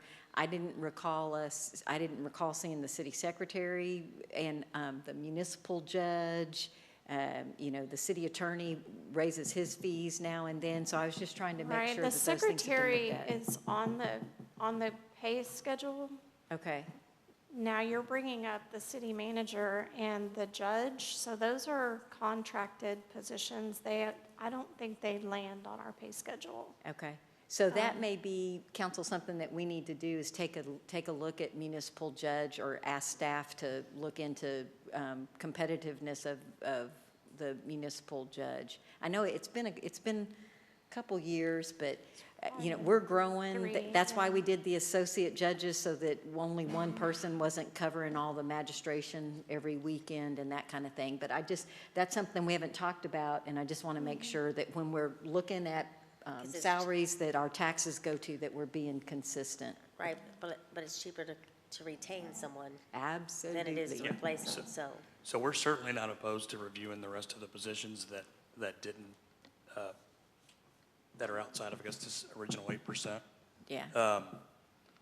That's something we've been doing on a case-by-case basis when they come in, because we have had some folks come in and say, hey, you know, the market's changing, let's talk about this. And what we do is we'll talk to all our peers and look and see if we're near market.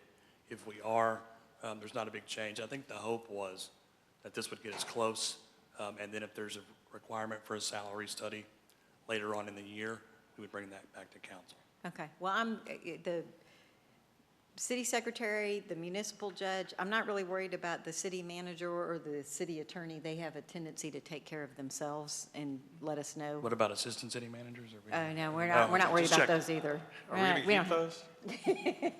Councilmember Lee? I guess I'm piecing together, but just based on that conversation, so there's no set outside of the cost of living increase, which doesn't occur every year, correct?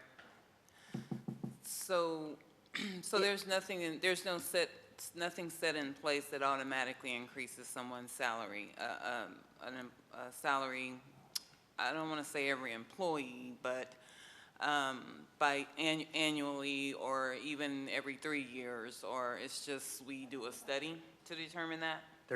So we can do salary surveys and make sure that we're at market with our peers in the city business. What happens is there are 16 steps. So you have 1 grade and 16 steps. Basically means for 16 years, if funded by the budget, you'll receive that 2.5% increase each year. On top of that, which is also voted upon, is a cost of living raise. The COLA. Which is the COLA. So you kind of do it by however many years, you have to be here 5 years to get a raise. No. Or I'm just throwing out a number. Right, so you would receive one annually. So for example, if I started at step 10, I think that's somewhere where I started when we came to work here, after 6 years, I will top out in that position, right? What we can then see is voted on at council every year is a 2.5% COLA, or in this case, it's actually an 8% COLA across the board to bring them back into market. I feel like I'm confusing everybody a little bit, but Let me take a shot. So it's steps. There's COLA, we vote on cost of living, and we vote on those, and I think we didn't do it in COVID year because we didn't know it doesn't matter. COLAs are for everybody gets a COLA. Then because they're on steps, the theory is if you are doing your job, and you're not on a performance improvement plan, then after your year, then you move up 1 step.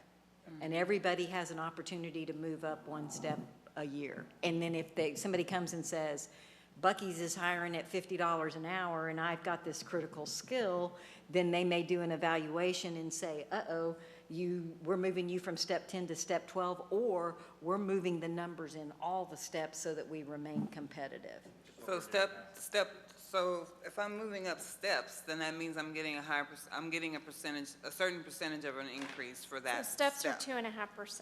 Each They're- step is 2.5%. Every step is 2.5%. So what I wanted to say was the cost of living increase and the step increase, this is all talked about every year at budget. So we bring back a recommendation for what we see as needed at a cost of living. I've been here 10 years. We've never had an 8% cost of living increase. Times are just, this is what we're having to do, is an 8%. And we also talk about the step. The step is normally kind of a guarantee that we try to fund that because that keeps people, you're moving annually and getting at least your step increase. The market studies usually occur every couple of years, maybe 3 years. But like right now, we just had one last year and we already are feeling like, I think we're gonna have to do a holistic study again because so much has changed in the last year and a half. Is there, I guess, and give me some clarity here, what you see for grade 25 and above, which really kind of starts with your superintendents, is actually that you have funded their step. There is no cost of living funded there, or a COLA for that, for example. And I believe this was to meet the current tax rate. I just want to point that out. So personnel is one of our biggest expenses. So if that was something the council desired, we would have to run those numbers and see what that looked like. This was the proposal to keep us in our current tax rate. There were a lot of changes for salaries, Yeah. right? It's this year. math. The It's higher just paid math. people, the smaller percentage is a bigger hunk of money. They're trying to give money to The folks 25 and below, that's correct. How long Or has it been 24 at and below. 2.5%? Has that always been the standard, 2.5%? Or is that the standard, 2.5%? Mhm. Yes. The 8%, has that gone up substantially in the past 2 years, like everything Yeah. else?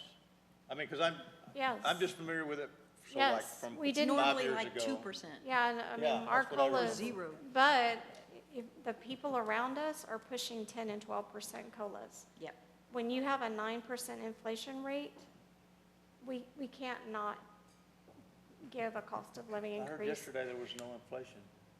Yeah, Okay. that's, Anyway, I was just curious because I'm familiar with like a 4% or like Connie said. that has normally been the case. We 3%. are in unprecedented times right now. That's what she was saying. In all the years that she's been here, we've never done an Yeah, 8% that's what COLA. I just wanted to make Yeah. sure that I was in on that, I got. Minimum wage, if minimum wage continues to change and things of that nature, it's certainly attractive for certain skill level jobs. If they're starting you at $20 an hour, for example, at Bucky's, it's hard to have somebody to come in and work in a 110-degree heat every day. And get yelled at For by the people in for cars 15, driving by. Exactly. So this is just to bring us back around to make us competitive. Just as a reference, even in the high-tech world, I saw an 8% COLA this year. Okay. Oh, wait. Councilmember Rogers we got to keep going. Any problems with this? Everybody cool? And we can technically afford it. It's in the budget this way.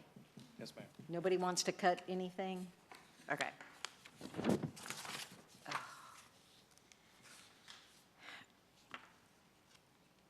This makes me, Mayor, I think the fee we- schedule might need to be put off till tomorrow. yeah.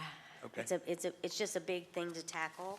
And Absolutely. we've done this before where we're like, we'll talk about it later, and we don't talk about it later, and then we get yelled at about fees all year long. So we want to start over fresh tomorrow with Master Scout. Is there something else that's fast that we maybe want to go over? I believe the fee schedules are is it. These are some outstanding budget items. Want to do those real quick? because I have one to add. Okay, keep going. So the outstanding budget items that aren't in this 2023 proposed budget that you see is we're going to have to increase, there was talk about a solid waste RFP. So I know there's probably going to be some discussion on that tonight as well. We believe that'll be anywhere from $30,000 to $40,000. Hire a consultant, write the RFP, and pull those things together. We would also like to add some police door breaching equipment with some of the current stuff that's been in the news. Mr. Hoffman spoke to the chief. He said, is there something that you could use that would make that a lot easier? Same situation happened here. That's I have about an employee that $8,000. can do that. Yeah, can we, the door breaching, like that's in, right? Yeah. Yes, I would like to discuss a policy for its use. I mean, not right here and now, but when we acquire it. Okay. Okay, Fisherman's Park Overlook, and this could actually even be a budget amendment this year or in next year's item. The Fisherman's Park Overlook, we had an original estimate. Those came back around $64,000. We are shy of the 41.5. Those are the two large outlooks that you see 41.5 apiece or 41.5 total? together. Everything together is 62 and some Yeah, change, it I was believe. 66, and we have 25,000 in the designated funds from the rental that we've been putting in our designated fund. This was the additional funds that we would need. So where would you pay it out of? General fund, General fund? So how much did you say we have in that from the rental? 25,000. So that's from, what, 2 years of 3 renting? months, yeah, however long we've Okay. had that. So, room. I mean, all of it, we haven't spent any of it yet, it's all still been building up, is what I was making sure. It'll be 3 years in April. Okay. Okay, so now, here's a weird question. Are the decks going to fall apart if you don't get the riverbank stabilization? I don't think so. They're actually in a part of the park or a part of the Riverwalk that has jetties currently already installed. Okay. And they seem to be in better shape. But They you just- know why I'm asking. Yeah, they have received some wear and tear just from being underwater, and they're pretty old. Okay. Just need some deck replacement. Anybody opposed to doing the overlooks? And you'll run the numbers, and do we think we have enough money for that? Okay, All this, all right. BP&L compensation consulting? that is exactly what we just talked about, going ahead and doing some additional compensation study for BPNL. So we're not looking at changing the budget at this time, we're just putting this on your radar. So if we freeze a couple of those positions and do the market study, this would be something we would bring back if we even needed to bring it back, but it's not a budget change at this point. This is to keep us from going, how come you didn't tell us you were Just thinking about letting you doing know. that? Okay, FYI only. Okay, and the solid waste RFP, talk to me about that. Tracy, you want to take that? Well, we don't have it in the budget to do an RFP for solid waste, so we And would what's just the, need do we have an estimate on that, or do we have to come back with an estimate? I have an estimate from one company, it's about $20,000. Okay. I would like to talk about the solid waste RFP and the master fee schedule tomorrow. Is that okay with everybody? But, and then your next slide is questions. I sent an email, so I'm not completely catching you off guard. I remembered that last year, summer doesn't last forever, it just feels like it lasts forever. And eventually, it starts getting dark really, really early. And the skate park people would like, in October, when it's nice and cool, they would like to skate past 6:30 when it's dark. And it turns out we own an electric company, and I'm interested in putting lights over the skate park. And I made a reference to the soccer pitch that the St. David's funded over by the intermediate school. And Public Works Director Hancock, I'm mentioning that because you might go look at it. It's one of those where if somebody comes to play, they turn the timer on it, so it's like a 30-minute timer, so you don't have it's not on if nobody's using it, but it's easy for somebody to turn it on, and it's a 30-minute deal. And then my assumption would be then when the park's closed at 10 o'clock, no one has access to it. So it feels like that's something that we can control, and I think that would help with safety. And I think that would help utilization. And I just, in my heart of hearts, can't believe that it would be super, super expensive. So I don't know how to do that, and I'm sorry I'm talking to you about it on August 16th, but if we could do it, get a swag estimate of that, that's something I would like to see in the budget, if council would be agreeable to, and I would assume that's general funds, because we don't have any more of the park funds available. Correct. A Anybody solid opposed cost- to that? A solid cost, honestly, for an overhead Cobra-style light is probably $3,500, including the pole. So we'll need to check with Mr. Irvin about the infrastructure cost. Yeah, but like, that just seems like not a hard thing to do. And did they get their water fountain? Okay, they had a water fountain and a trash can and a bench was the thing, okay, all right. Yay, I've been carrying this poster around for months and months. Okay, so tomorrow night, we'll be back here at 5. We will start with the master fee schedule, because that is so much fun. We will also talk about the solid waste RFP, so we can talk about timing and make sure we understand the impact of that. Are there other questions that you had on your list that you would like staff to be prepared for? Councilmember Kirkland. Yeah, there was a mention on page 89, there is 205,000 in red light camera funds. And I didn't have any background on that and was alarmed by the phrase red light camera funds.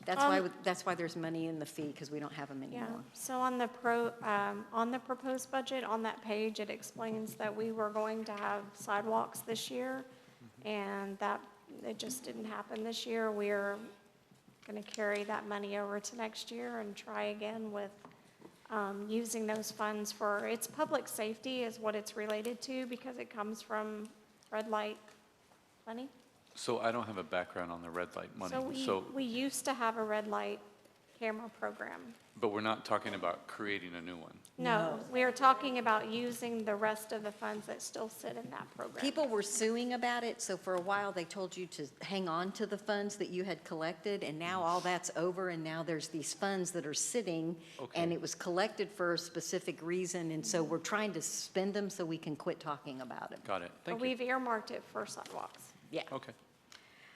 The only other one that I had, and for tomorrow, and we can kind of cover it, I printed out last year's org chart, and Parks shows up under Public Works as a department, and we're doing a Parks master plan, and we talk a lot about parks, and when you look at the org chart this year, there's no parks anywhere, and So- that makes me sad. Parks was never a department, it was always a division, and I understand it's on the org chart. It's on my org chart. But it was never a department alone, it was always a division under Public Works. I think the proposal this year was in hiring that superintendent, changing the park superintendent to an actual facilities and grounds superintendent, was to create that and put the building and the park grounds under. And I think that City Manager Hoffman kind of spoke to that in May. Yeah, and I but- didn't like his answer either. So, and we specifically talked about like Leslie Knope and Parks and Rec. I mean, Sure. if it's an important thing to us, and like y'all can make me shut up if you will just make it say buildings, grounds, and parks. I just want parks to show up somehow, some way That's an as easy fix. it's an important thing for us to have. Yeah, we got a parks board, we got park people that work in the parks. Right, and I think it more accurate, I think the reason the language has changed, and happy to put parks in there, by the way, I think that it was more accurate. So a lot of what they do is just facilities and grounds maintenance. A lot of the programming and things are now handled by our recreation manager, so the movies in the park, and that was kind of a function that happened in that division previously.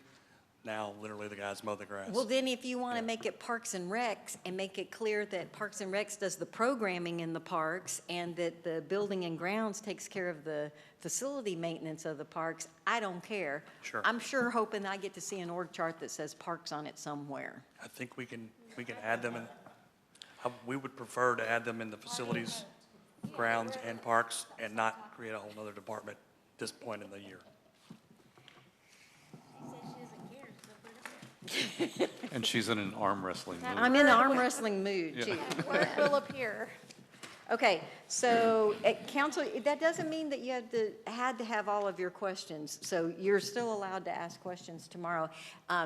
Give staff the grace of, if you think of something in the middle of the night or think of something in the morning, shoot them an email. It makes it easier if they kind of know what the questions are going to be. So. Councilmember Kirkland? Yeah, so just a question I'm going to have for tomorrow on one of the master fee schedule updates is there's a library fine simplification to charge the item based on MSRP.